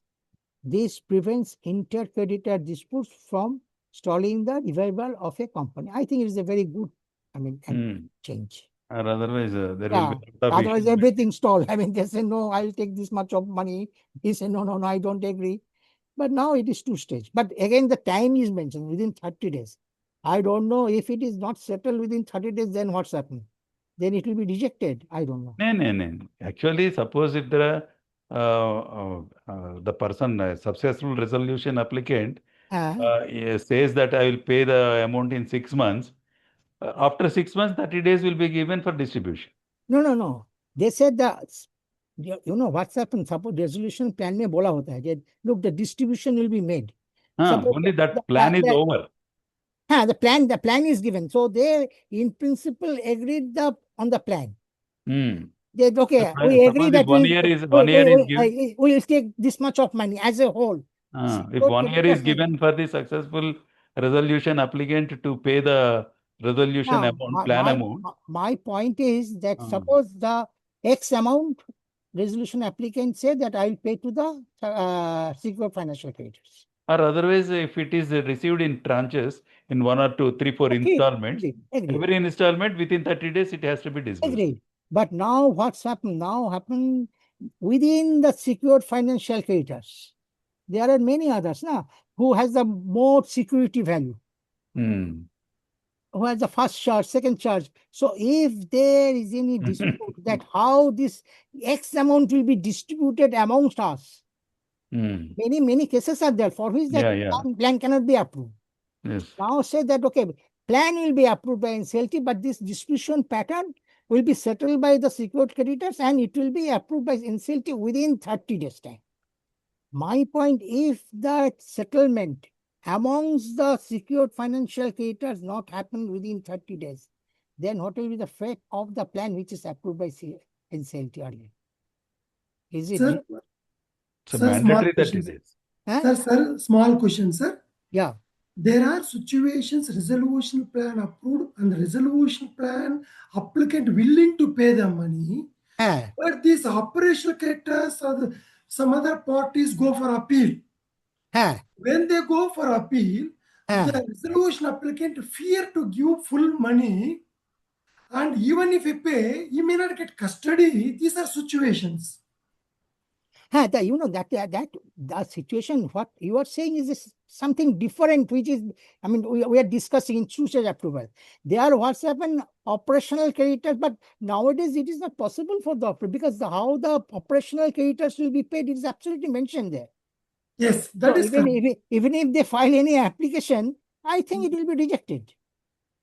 So, but this point is that among the secured financial creditors, because somebody has first charge, somebody has in a consortium, he has second charge, his security value is more than the security value of other financial creditors. They said, I'll take more money. So that decision, it many times happens that they don't agree. Suppose resolution applicant said, I'll pay 100 crores. And secured creditors, COC as a whole agreed to that. And they said, okay, we approve it. But how these 100 crores will be divided amongst them, they don't have any solution. There, resolution among the creditors. So now this act said that the 2 stages way. First, you place the plan and get it approved. And then within 30 days, you approve the distribution of this money with the secured creditors. But my point is, and the timeline is say within 30 days. We'll pass the order. If it is not settled, you can only blame the secured financial creditors. If they are unable to settle their settlement of money, distribution of money within 30 days, then what will be the fate of the plan which is approved earlier? Is it? Yes, sir. It isn't mentioned here. But it will be very unfortunate that because of that, if the NCLT said that, okay, I'll reject that plan also, resolution plan also. Very unfortunate situation, I'm telling you. Anyway, let's see, because the plan has just come and all these things will come up, I'm telling you, in future.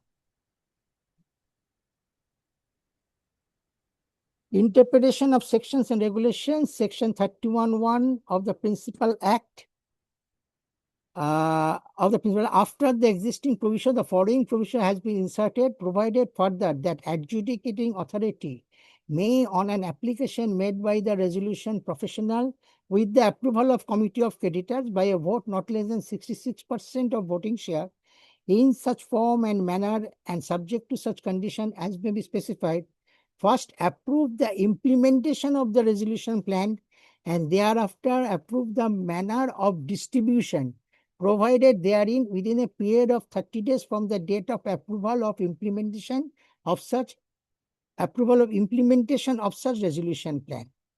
Regulation 39 states for the above purpose, RP shall file the application in a form GA as notified by the board through circular. Maybe the authority, but it is not possible. Authority can take an undertaking from them that they will settle it within 30 days.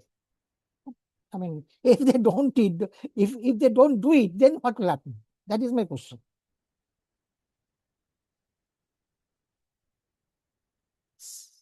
So next point is absolutely, yeah, okay, fine. I am controlled by the COC, but the necessary amendment made in Regulation 40A and very stricter timelines has given RP to adhere to.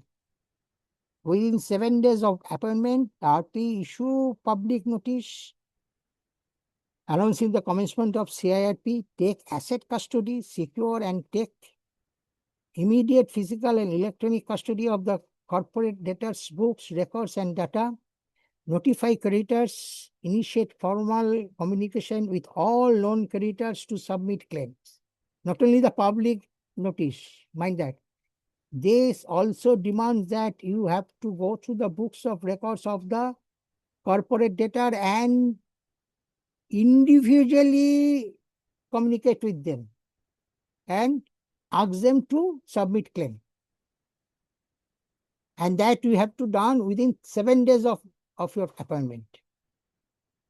Within 30 days of appointment, audit avoidance transactions, complete a preliminary forensic review of transactions within the expanded look-back window.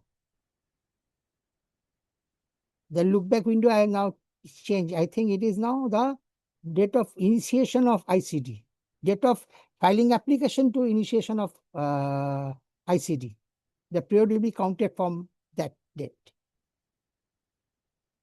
Assess risks, present a preliminary avoidance risk assessment report to the Committee of Creditors, COC. Process withdrawals, review and place any settlement or withdrawal application before the COC for a decision. Within 45 days of appointment, constitute the COC, formally constitute a COC of creditors. Convey first meeting, hold the first official COC meeting. Submit information memorandum, present the preliminary information memorandum detailing the corporate debtors' business affairs. And in every meeting, the progress report now RP has to provide. RP must provide updated status report on avoidance investigations, recovery estimates, and pending NCLT applications. Accountability of avoidance transactions. If an RP fails to audit or flag preferential, undervalued, or fraudulent transactions within the expanded look-back window, they face mandatory disciplinary action by the IBBI. It is now statute. It is given in the regulation amended by IBBI.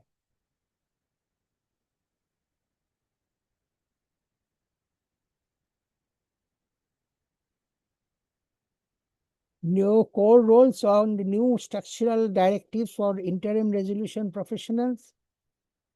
The IRP bridges the immediate gap when the corporate insolvency resolution process begins. As I already told you that the first time Government of India introduces a creditor-driven process through IBC, where a professional who is an insolvency professional undertakes to run the business of the corporate debtor as a going concern. So IRP is appointed by the adjudicating authority while he passes the order for admission of the CIRP.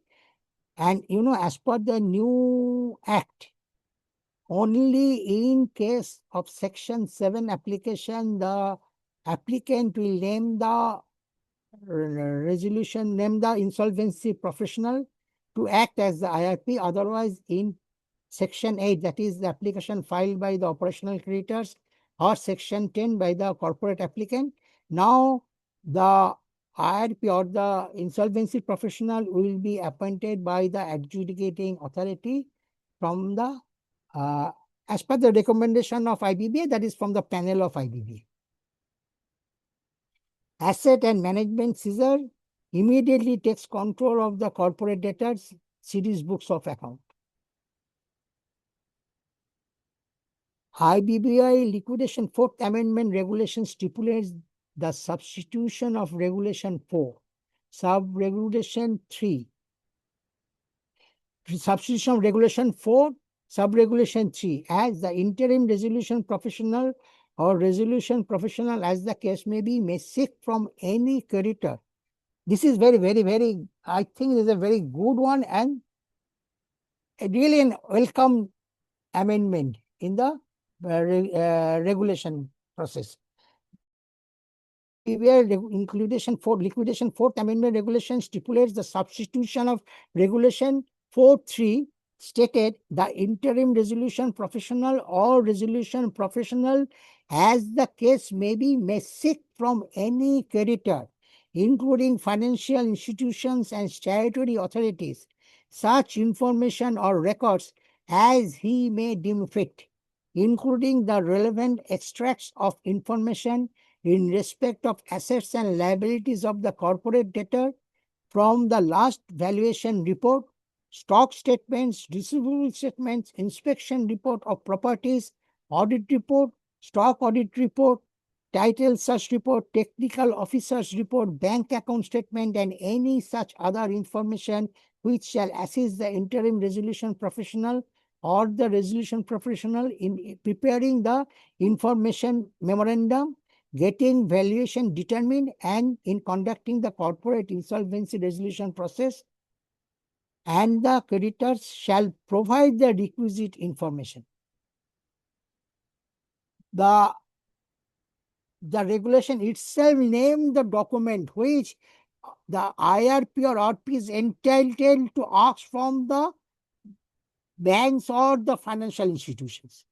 Because, friends, you will appreciate that when the money is lent out to the corporate debtor, all these informations are available with the financial institutions or banks. Without this information, bank will not release a single paisa. But I mean, I have this experience. If you ask this from the members of the CUC, they said that, look, this was handled by some different department, and now after it has become a trust assessed company, it has shifted to our asset management department of the bank. So we don't have much record of related to this corporate data. Friends, this cannot be an excuse. So I am really happy that IBBI has specified the name of the documents which I can legally, statutorily ask from the COC members to provide me. Provided that every creditor shall, at the first meeting of the committee, furnish to the interim resolution professional or resolution professional, as the case may be, all information and records in his possession relating to the assets and liabilities of the corporator as may be relevant for conduct of the corporate insolvency resolution process. So I think it is a very, very welcome amendment in the regulation 4043 of CIRP regulations.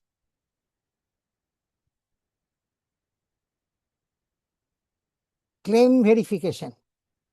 The substitution made by IBBI CIRP Third Amendment Regulation 2026 in Regulation 13(1)A, which reads, as the interim resolution professional or the resolution professional, as the case may be after verification of claims, either admit or reject the claim in whole or in part, and shall communicate his decision of admission or rejection of claims to the creditor along with the reason for the same within 7 days of such admission or rejection of claims. Again, friends, according to me, it is a very welcome amendment in the substitution in Regulation 13(1)A, because now IRP or RP to some extent has granted the adjudicating authority. So far, the claim verification is concerned. Now, as per this regulation, RP or RP can reject also. Earlier, what's happened? I have to mention admitted, not admitted. I don't have any authority to reject his claim. If I reject his claim, he can file application against me. As a IRP, RP, if I reject any claim of any creditor, he is very well can file application. Because as per the code, I don't have any adjudicating authority towards the claim verification. Now I have the adjudicating authority. I can either admit or reject also, but definitely yes, I have to inform them the reason of my action, and that I have to inform them within 7 days of such admission or rejection of claims. So this is also a very important role now under the new IBC norm for IP and IRP and RP. The RP drives the active economic restructuring or statutory execution phase by managing day-to-day operations of the corporator explicitly as a going concern. So again, the Act says that RP has to run the company on a going concern basis. Avoidance applications empowered to independent, this is also very good, empowered to independently discover and file applications targeting fraudulent, undervalued or preferential transactions under Section 45 and Section 66. The Amendment Act 2026, Section 25(2)J has been substituted to file an application to the adjudicating authority in respect of an avoidance transaction or fraudulent or wrongful trading, if any. Here, if you see the earlier position where this for 25(2)J said that RP is to file an application for avoidance transaction. And for that, RP has to submit his observation, discuss with the CUC and take their approval for filing such application. Now it is mandated, it is empowered. RP is empowered by the statute to file application as such under section 45 and 66, independently discover and file applications before NCLT or adjudicating authority.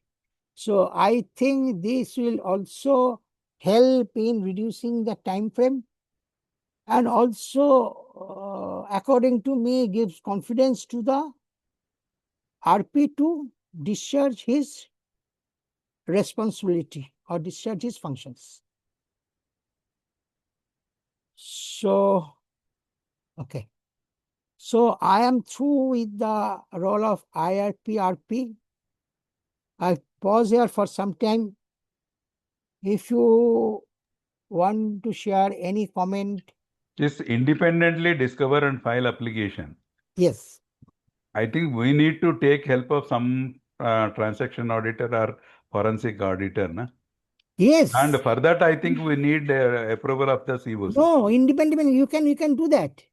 Again, sir, if after this amendment, insertion, if COC does not approve your fees of the transaction auditor, but this is only for section 45 and section 66, I think you can very well file application against COC. They have to, I mean, you have to first convince them that, look, I am now empowered to do these things. The word you absolutely have very rightly observed, independently. I don't require any dependence on COC anymore. Because I told you now earlier what's happened. They said that avoidance, if there is any lacuna on the part of RP, then it will be subject to IBBA disciplinary action. So you have amended timeline regulations and make me responsible for any failure to report that transactions on time. And here you have mentioned, you have given empowerment. I'll utilize these things. You categorically use the word independently discover. Independently discover, not mean that you have on your own, you have to discover. You can definitely engage. Earlier, that is the reason, I believe, because earlier what's happened, though it is mentioned, he will find out the what should I say? Find out the transactions which are the avoidable, and if you are to earlier also you can appoint the transaction auditor or forensic auditor, but since it is not categorically mentioned in the act, you have to have the approval, or you have to discuss it with the COC. But the now act said, put the word independently.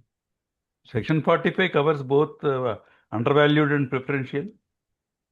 Section 45, I think it's for, I have to check it, just a minute. I think it's for preferential. Then they are mentioning undervalued or preferential under section 45. Yeah. Now, yes. Now they have made it. I mean, undervalued and preferential, everything comes under section 45. Yes. You are right. Just a minute. Earlier it was not like that. Yeah, now it is. Yes, you are right. I think you are right. Section 33.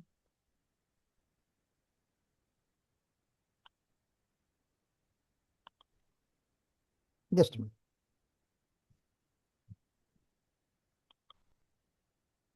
Section 43.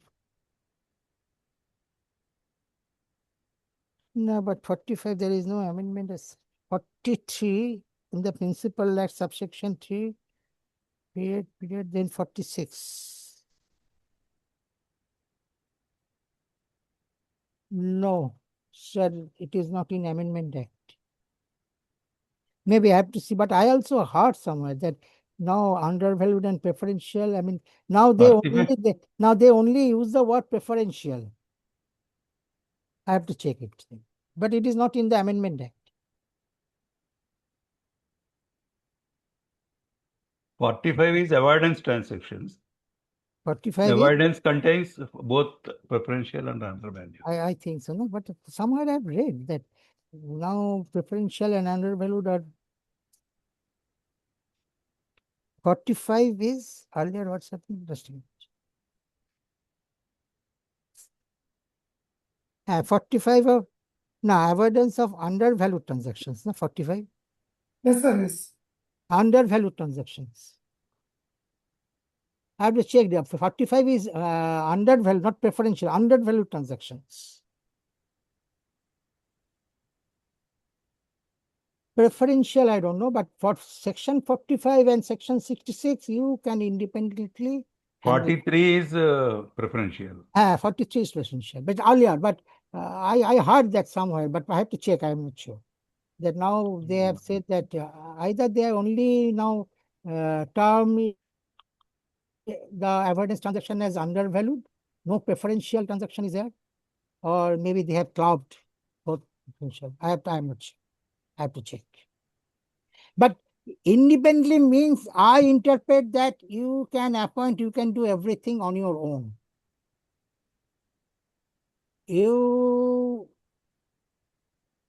I mean, the payment is the COC's responsibility. Definitely, I mean, you have to have all the data, all the information, how we have, all the justification, how we have appointed this auditor.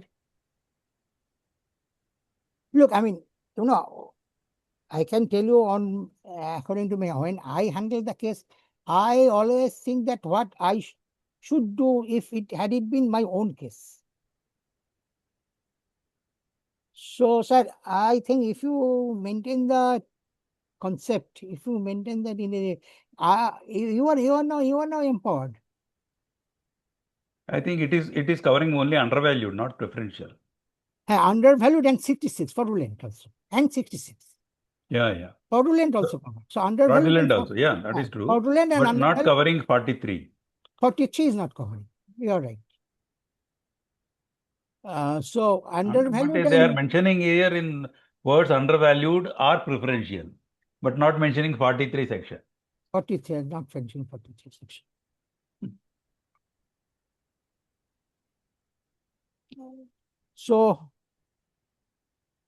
So can you take some comfort break here for 10 minutes? Sure, sir. Yeah, all of you. Yeah. Then Sure, it sir, is sure, sir. okay. So what is the time now? 1640. 10:35. 10:35, 45 will come back. Okay. Okay. So leave the screen like that one. I will read it. Sure. I just stop my video and will send you.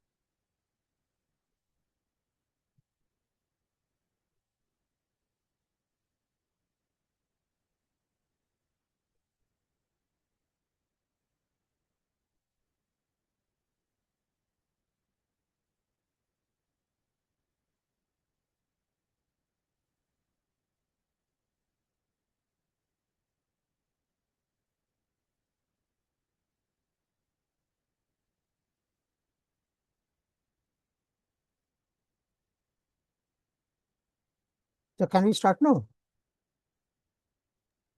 Yes, sir. Yes. Yeah, thank you. So now we'll discuss the role of authorized representative in new IBC norms.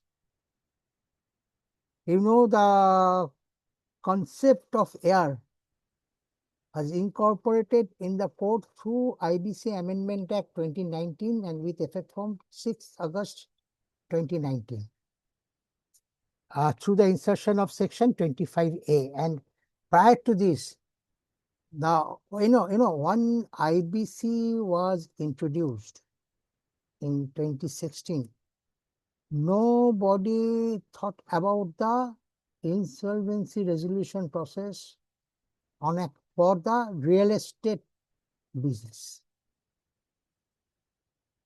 So the first thing was revealed when JP Infratech came, which is a very large, and who are constructing a very large residential building complex in Noida. It came into the CIP process.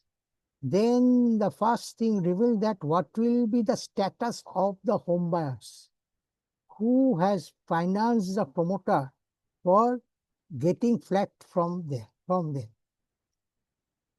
So after a lot of discussion, Apex Court passed its verdict considering the home buyers also are financial creditor, but they are unsecured financial creditors for the insolvency resolution process.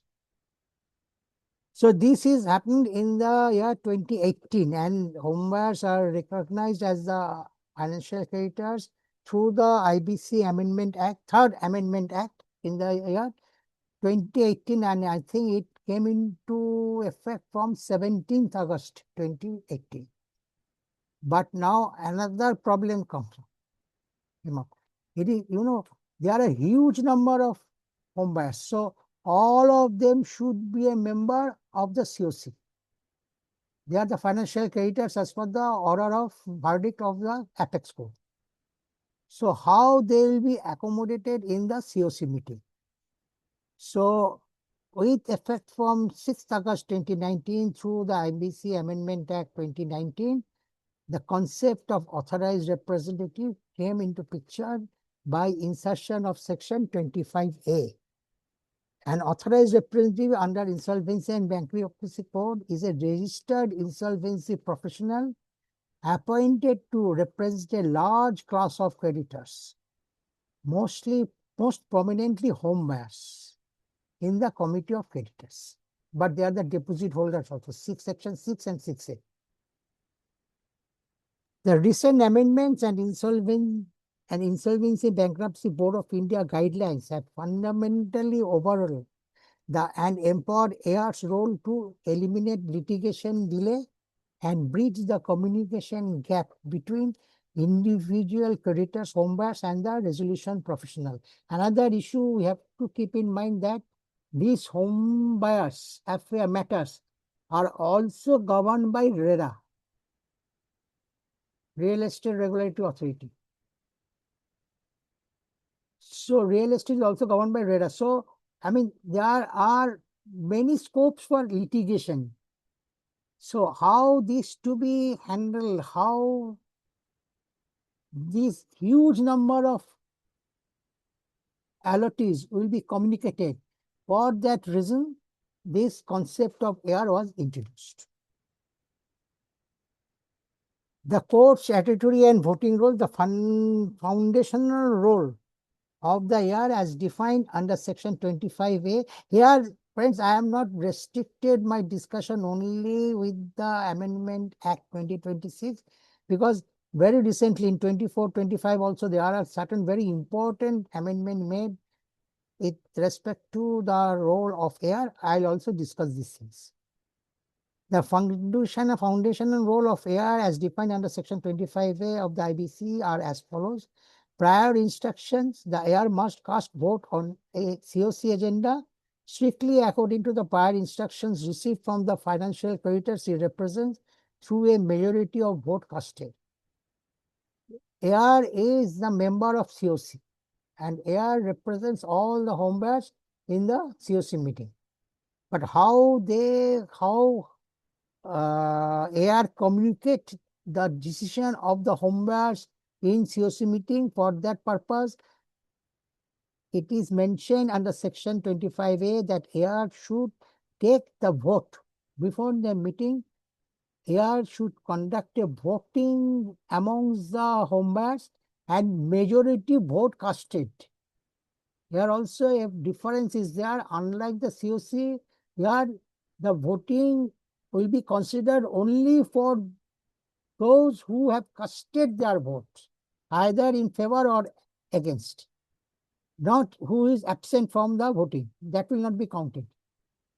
So majority of the vote casted, the decision which is taken by the home buyers here will represent in COC accordingly and also cast his vote. Because when the voting of COC will be done, AR will be given the authority to cast the vote on behalf of home buyers. So AR will cast vote accordingly. Information conveyed, they are legally obliged to circulate the official agenda. AR's responsibility to circulate official agenda and minutes also in COC.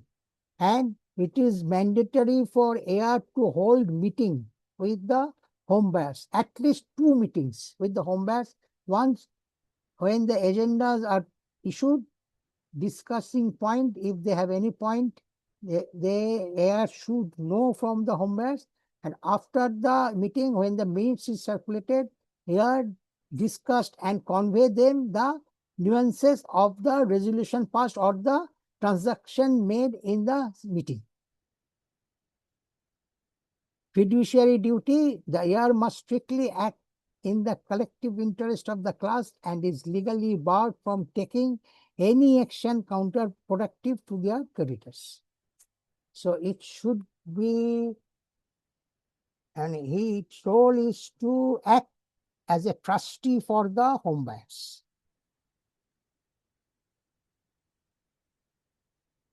The key enactments under recent IBC Norms 24 to 26, whatever the new key enactment happened, I will discuss with you here. Interim COC representation. Earlier norms was previously an AR could not officially represent their class if their formal appointment application was pending before the adjudicating authority. You know what's happening? The system is such that once the CIP process application is admitted, the RP gave a choice of name of three insolvency professional to the home buyers. And the home buyers, they voted in favor for these 3 names, and the person who got the majority of votes selected as the AR. So once home buyers selected their representative, RP submits the application before NCLT for the appointment or for the approval of the position of AR. And once the NCLT approved that, then AR comes into picture.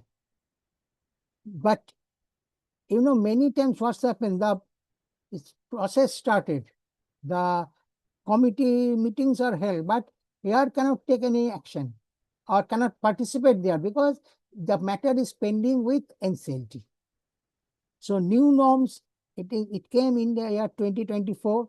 AR is now legally entitled to attend and participate in COC meetings as an interim representative while their formal NCLT appointment is pending, ensuring home buyer classes are never left voiceless during the critical initial timelines. So once the appointment is through by the home buyers, the AR starts functioning, no matter whether the approval has come from the NCLT or not. For the very reason mentioned there in the amendment, that home buyers should not be left voiceless, because AR is the only voice for them in the COC meeting. Strict timelines on choice selection. Earlier norms, late claims or delayed registration used to stall the selection process of the heir. Earlier, what's happened? Some home buyers file their case, they come, some comes and file their case later. So, what is the cutoff date? How the heir will be chosen? Because all have the voting rights. So, new norms say that financial creditors who submit their Form CA after the timeline stipulated in the public announcement will no longer have their choice of heir counted. This enforces strict discipline and prevents delays in finalizing the heir. So the timeline which is mentioned in the public announcement and those homebuyers who have filed their claim in Form CA within that timeline, they are only entitled to vote who will be their representation. No delay claim submission or no delay registration will do anything. Then 2025, these change are, or these amendments are came, introduction of subclass facilitators. Earlier norm, when a class of creditors like a massive real estate project grew too large, a single heir struggled to maintain a bi-directional flow of information between RP and homebuyers. And now the new norms is for classes exceeding 100 creditors. The COC can appoint facilitators up to 5 maximum to act as the intermediaries between heir and the specific subclasses of creditors. This decentralizes the communication burden. This is required because in 2025 also, I think, the code admitted project-wise resolution for the real estate project company. Suppose one real estate company undertakes 5 projects in 5 different places. Earlier, what's happened? All these 5 projects are undergone into CIP process if the promoter company comes into CIP. But in 2025, the necessary amendments made in the regulation, it said that if a company, real estate company has 5 projects, whether in different places, in the same places maybe, but if the real estate company have 5 projects, the resolution plan, the CIRP can initiate it for the particular project who has the financial distress. Maybe project 1 and project 2 is doing fine. They are almost completed. Handover is made. So it is as per the choice of the COC that not necessarily all projects will come under CIRP. Maybe the solvent projects will be left and only the distressed projects will come. So if there are more than 100 creditors or 100 homebuyers for a particular project, the COC may appoint a facilitators who will discuss with that homebuyers of that particular project and in turn will discuss with the heir. So this decentralizes the communication burden. So heir need not to talk to all the homebuyers of the distress project. It can be taken care of by the facilitator. Extended notice window. Earlier norm, COC possesses the commercial wisdom to shrink meeting notice window to 24 hours. New norm, if an heir is representing a class of creditors in the corporate insolvency resolution process, the COC cannot reduce the meeting notice period below a minimum of 48 hours. Earlier, if COC wants, other than the real estate project, if COC wants, the notice can be issued within a period of 24 hours. some emergency meeting definitely, held in this way. But if it is in case of a real estate project, then the minimum threshold is 48 hours. Because AR has to communicate adequate time to circulate agendas and collect voting mandates. As I said, that AR's responsibility, AR's role is as a fiduciary, plays the fiduciary roles with the home buyers. So it is not the AR's decision. It is the home buyer's decision, which AR conveys in the COC meeting. So 48 hours the minimum threshold time for issuing the notice. So in 2026, Section 32(2)(d) amendment made by providing for the implementation and supervision of the resolution plan by constitution of a committee for this purpose, consisting of a resolution professional or any other insolvency professional, representatives of a class or classes of creditors, and resolution applicants subject to such conditions and in such manner as may be specified. Earlier, what's happened earlier to this 2026 amendment to section 32(d), generally this talks about the monitoring committee. Generally, the monitoring committee, in the monitoring committee, RP, a member of COC, and the representative of the resolution applicants are there. They supervise how the resolution plan is implementing. But after this amendment categorically said that now onward, as per this section, in the monitoring committee, the representative of a class or classes of creditors should be there to oversee the implementation of the resolution plan. Because what I should say, that this AR issue is a very touchy one, and if you see all the provisions made or the case laws affecting the rights of the ARs, everywhere the judiciary is in favor of the home buyers because there is a human touch, individuality, human touch in individual in case of home buyers. It is the individual who has given his money, hard-earned money, to get a flat to the promoter company. So many decisions as given by the Apex Court or even NCLAT in favor of home buyers, supporting the views of the home buyers.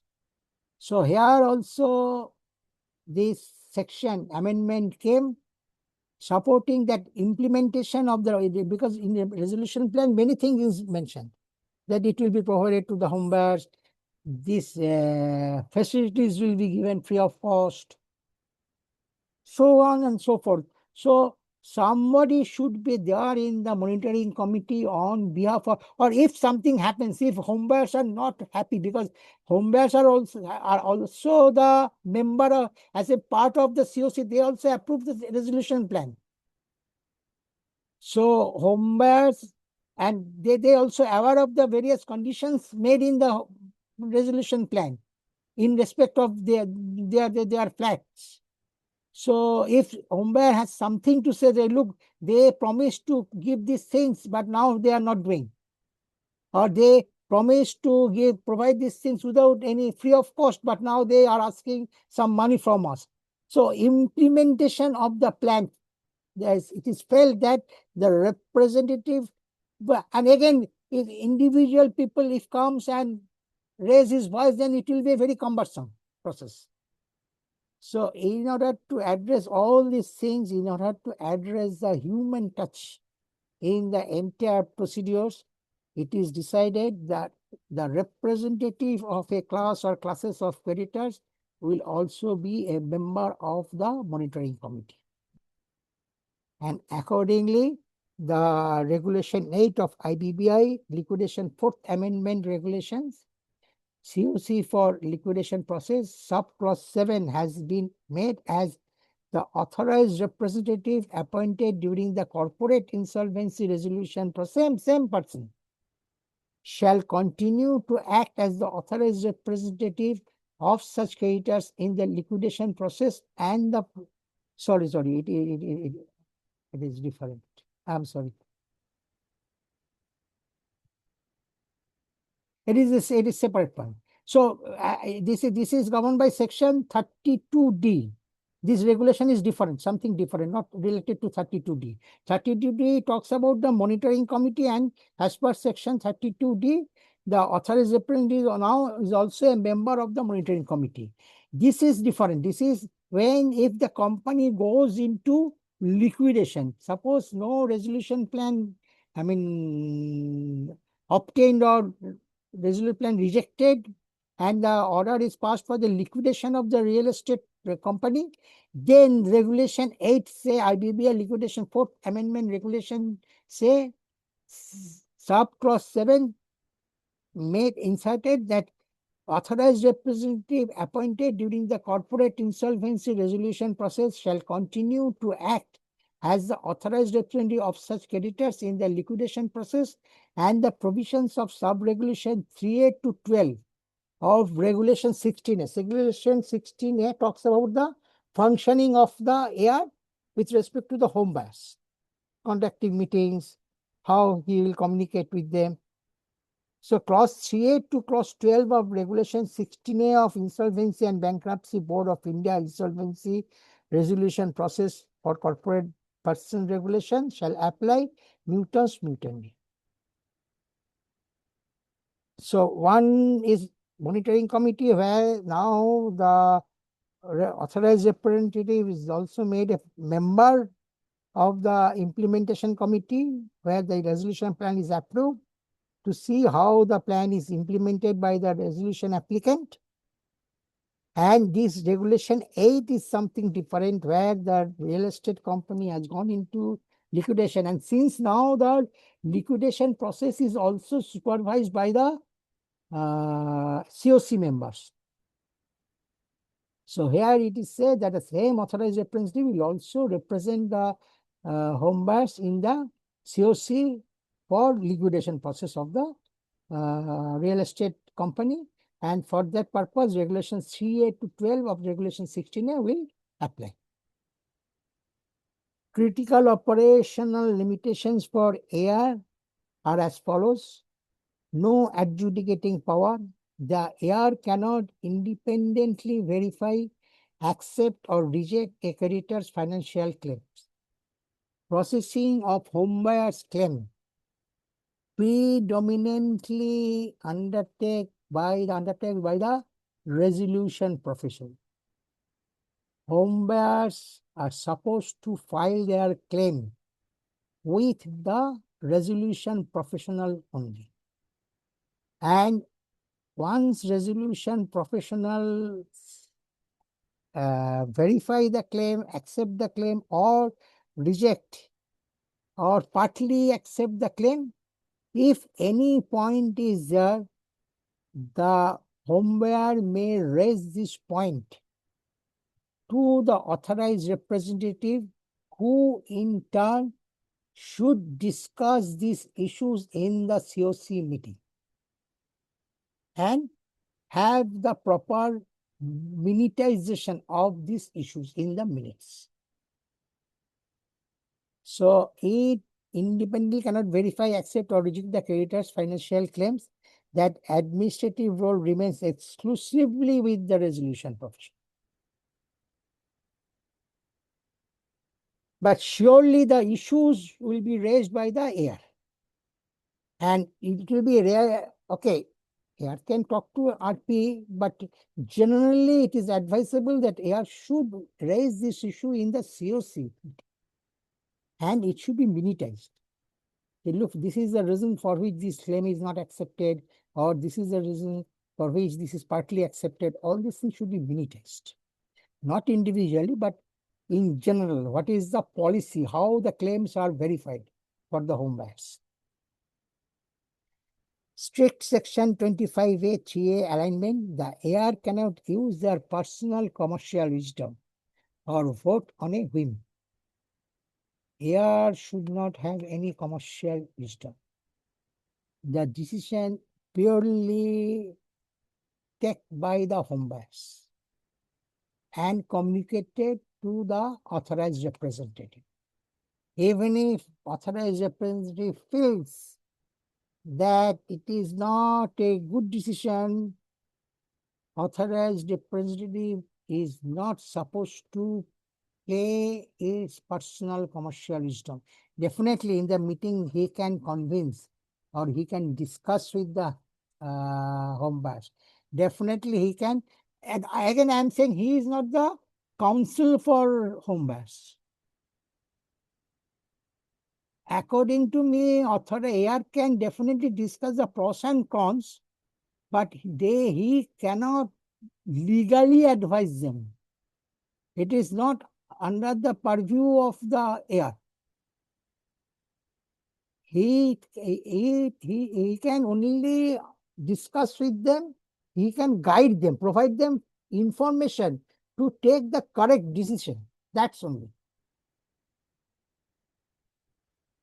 Their action is mathematical aggregation of instructions submitted by the creditors they represent. Again, I am telling you, generally the decision of the home buyers are taken by means of a voting where the home buyers who have casted their vote only be counted.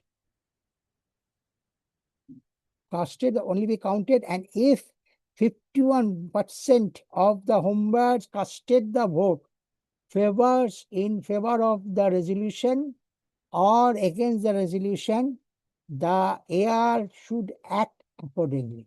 51% by value. Yes, by value, not number, value. You're right, value. Home buyers claim, like claim value.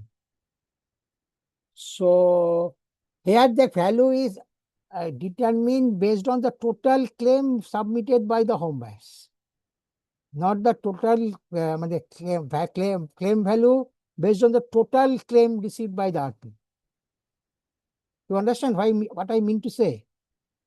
Because RP COC, when RP calculates the COC percentage, he considers the total claim he has received, where he considers the claim of the home buyers also.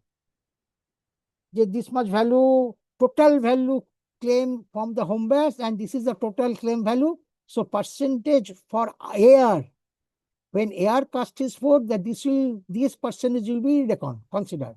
If the home buyer is a related party, his claim should be excluded. It is not there. I am not aware of these things. A home buyer is home buyer. Home buyer is home buyer, but suppose if he is a relative, close relative of the nothing, no builder. provision. No provision is there in the act. Actually, I am not aware of it. I am not aware of it. So home buyers are home buyers, and home buyers vote 51% value of home buyers, but that will be considered based on their claim. Suppose my flat value is 50 lakhs and total claim given by the home buyers is 100 crores. So 100 upon 50 will be my voting percentage. And whether this 51% is there or not, it will calculate accordingly. So this is the thing, this is the role played by AR. But tell you very frankly, this is again my personal style. I have already made the disclaimer that's all the interpretation or opinion, my personal. I am really confused that what actually the AR will do if the company goes into liquidation. Because generally, home buyers are unsecured creditors. Generally, home buyers are unsecured creditors as per the Apex protocol. So my view, under present law, same COC continues during liquidation. AR is a COC member. Yes, AR will also be in the COC. But at the same time, A RP cannot become a liquidator now. Yes. So liquidator will change, AR role will continue. Yeah, Sir, yes, it's continue. Yeah, true. so my question to you now, 16-year regulation, 16-year regulation, if you say point number J, Ah, 10J, 10J. yeah, act as a representative for the creators in a class, represent in a representation before adjudicating authority, National Company Law Appellate Tribunal, or any regular authority. My question is, AR is not a party to any IAS before Sir, NCLT, before NCLAT. what provision you said? 10. The regulation 16A, point number 10J. But it is amended or not amended? So before that also, so not Acha, a acha, 16A, acha. Just. the 10 point, my view, Ek if minute, the AR do the 10 points, his duty is done. My view. ek You see, minute, sir, 16A point 10J. ek minute. Let me find it out first. 16, 10. Just a minute. 14, 15.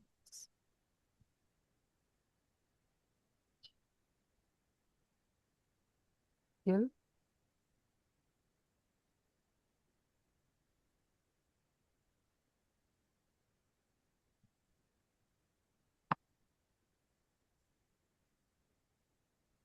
I don't have that regulation handy.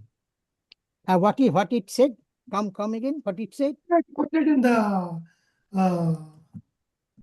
Can you put it here?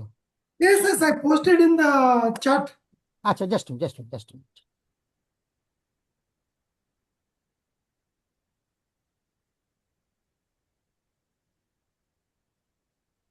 10J, 16A, 10J. Now, I don't have that provision handy. I mean, in my book, it is not there.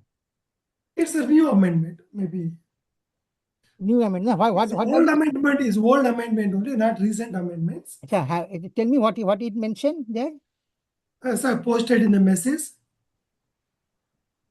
It's not visible, sir.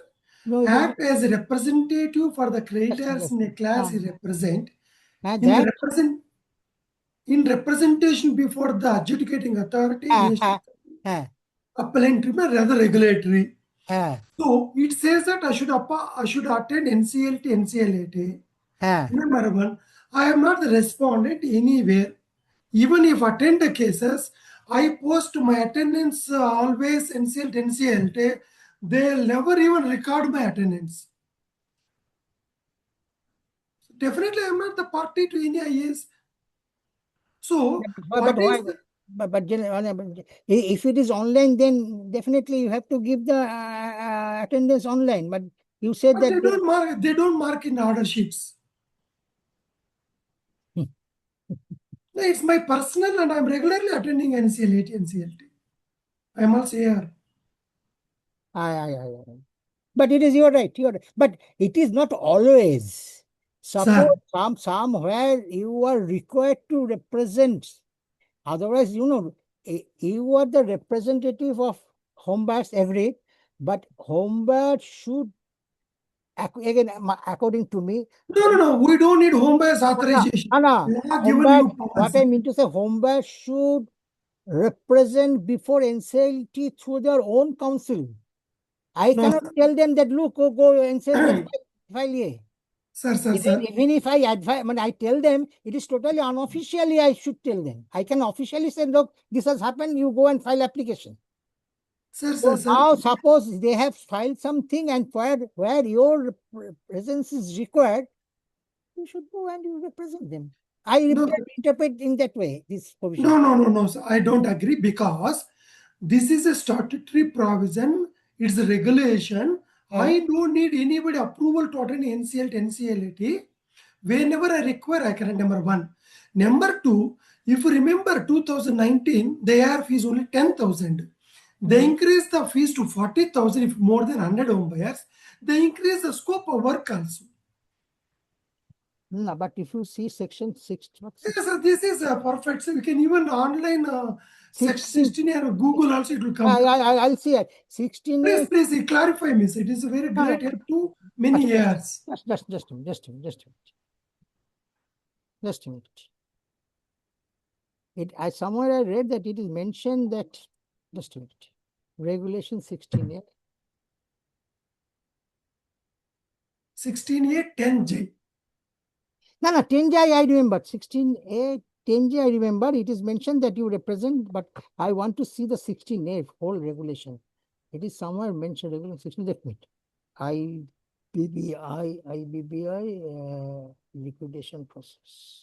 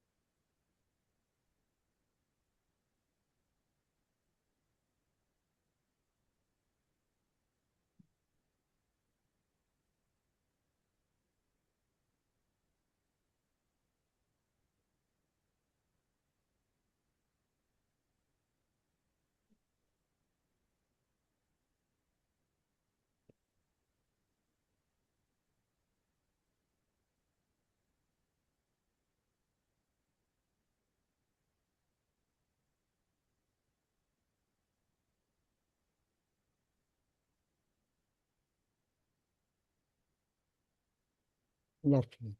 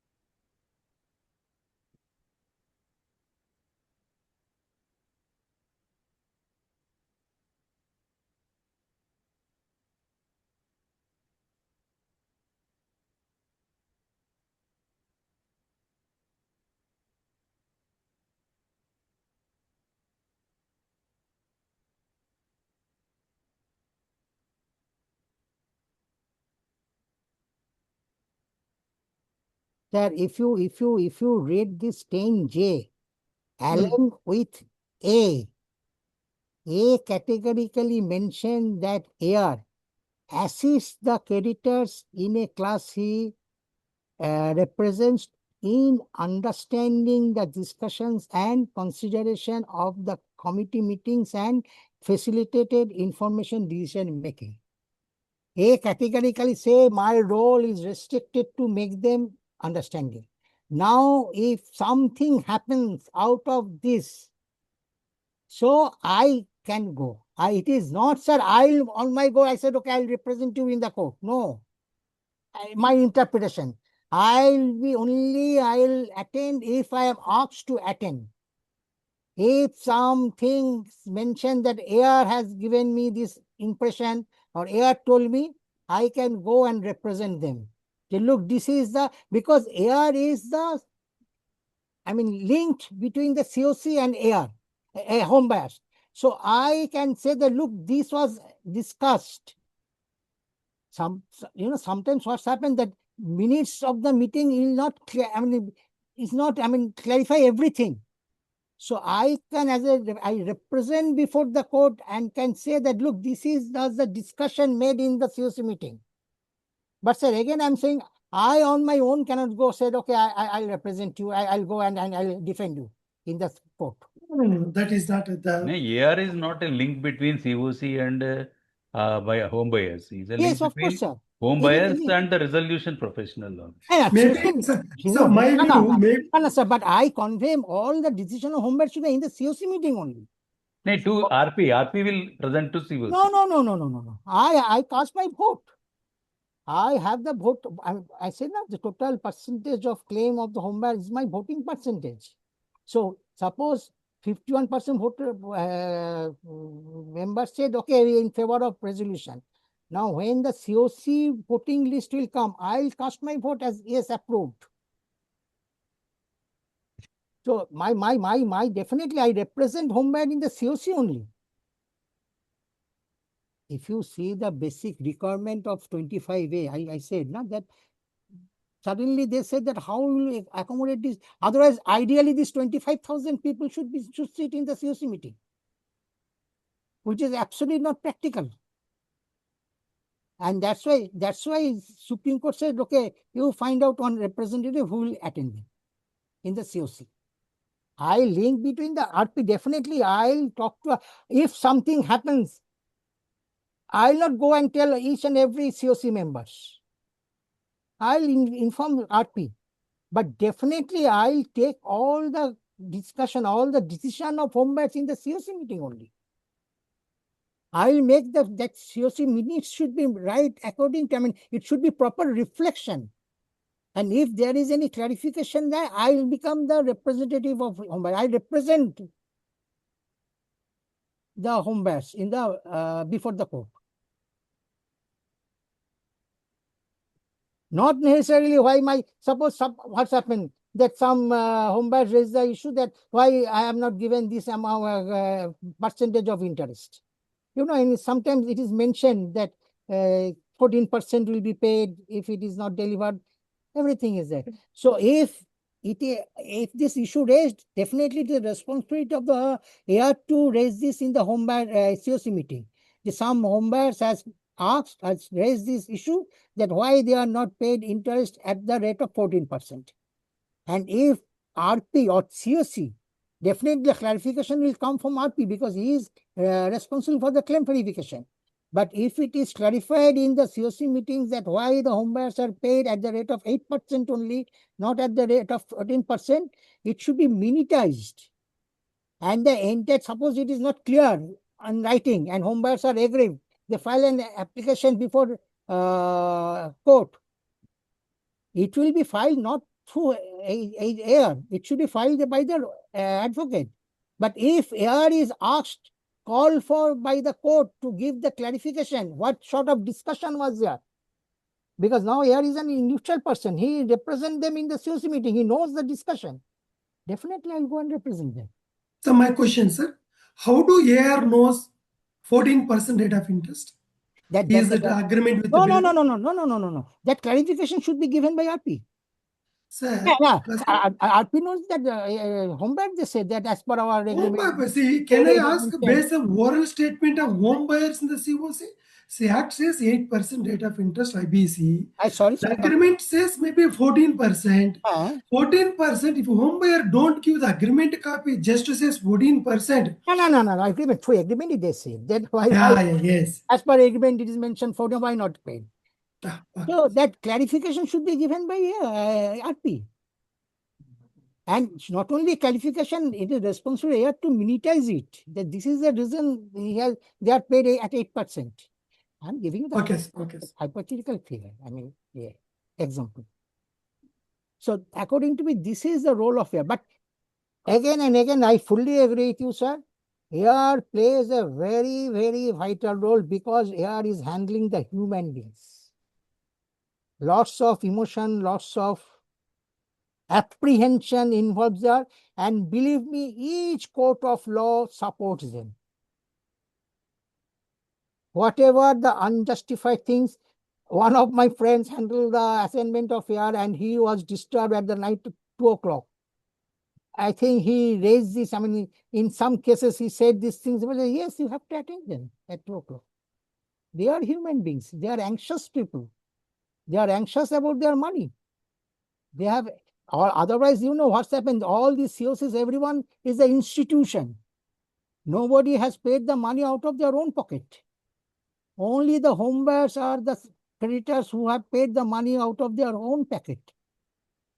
So lots of sympathy, I'm telling you. Courts have 101% sympathy on them. Unless and until are very justified, you should not, go against the home buyers. Okay, fine. I am also a human being. You are also a human being. So now the proposed amendments coming and real estate sector, their role becoming double, triple, sir. Even you can appoint advocates and lot of. There's a discussion. Yeah, IBP portal available. Discussion paper and real estate. It is a 200 plus pages. But very nice. I support this because it is mentioned COC has to categorically mention why they have not accept this resolution plan. Many times it happens, Sir, I'm sorry for my, I can't tell you because I think the recording is on. So many things happens, you can understand. But now this amendment, if discussion papers really goes through, COC has to, by writing, has to mention why this particular resolution plan is not approved by them. I think it's very, very, very bold step. But again, I am of the opinion that real estate project should be handled by RERA, not through IBC. Because, okay, I have not shown you my last site because again and again I am of the opinion, just let me show my last slide. This is my concluding slide. I fully agree that all these stubborn steps has been taken because to mitigate the clarity or conflict between the judicial pronouncement, everything is all right. But but according to me, I feel the trend is bit towards recovery than the resolution of the distressed, financially stressed corporate. And somehow it is tilted to the secured creditors. So if this is the case, according to me, real estate projects should be handled by the separate regulatory RERA, not through IBC. Because real estate project is not such a straight jacket case. Lots of things are involved there. They have now taken away that going concern sale during liquidation process. But many home buyers ask me this question, that if it is not going concern, then we lost another opportunity to have our flat. They are genuine in their demand. If anyone goes to court and file case that why it is taken away, I don't know. What explanation is given? Yeah, they said that, okay, it is the, time-consuming matter. Again, it will be because once you don't have the resolution plan, so there is no need to consider the going concern concept for the liquidation of corporate data. But it is not the actual thing for the real estate project. Real estate project should have that opportunity. Another opportunity, which they are now getting through this insertion of 33A, another opportunity to initiate the CIRP process. Because again, I'm again telling you that the main thing is that they are hard-earned money. It is individuals' hard-earned money put into the business, not the institutional hard-earned money. So, sir, thank you very much. I am through with my presentation. So, if you have any question, I'll be happy to. What is the time? I think, yeah, what should the time be? Even then, if you have any question, I'll be happy to answer. Anything you ask? Shall I stop sharing? Good, sir. It's good. Can you share then to all of us? This my presentation. Yeah. They are all at one place. RP's role, COC's role and all. It's very good. I'll share it to ICSI, IIP, and maybe they will. Okay, okay. Okay. Okay. So Thank Anjali, you. It's a nice deliberation. Interesting. thank you so much, sir. Thank you. I'm happy that, I mean, I expect that that's sort of interpretation, I mean, interaction. Yeah. You know, we are really in learning stage, and the frequency of amendment is made. I have Okay. heard the third CIRP amendment on 1st June. All in sudden I saw that there is a fourth amendment on 8th June. Another. So the frequency of Regulations are going on. regulations are, and now Frequently undergoing changes. and they said now they'll introduce the form through circular only. No Mhm. notification, nothing. So really it is very essential to have the discussion amongst us who are in this field.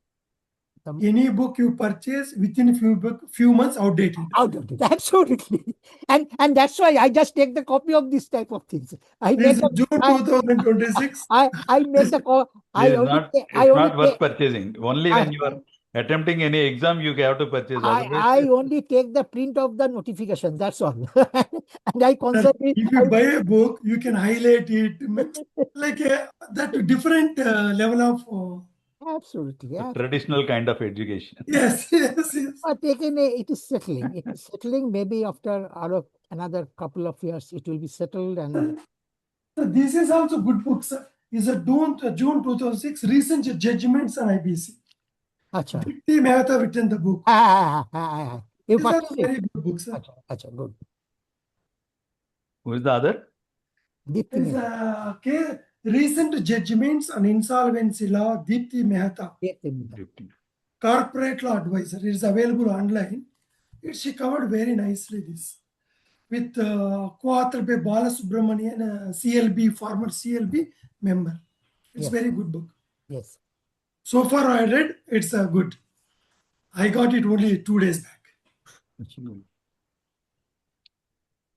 So thank you all. Anjali, you are Thank you, there. sir. Anjali, you are there. Anybody from ICSI? I think they are not. Okay, sir. We'll take leave. Thanks a lot. Thank you, sir. Thank you, sir. Thank you so much. Thank you.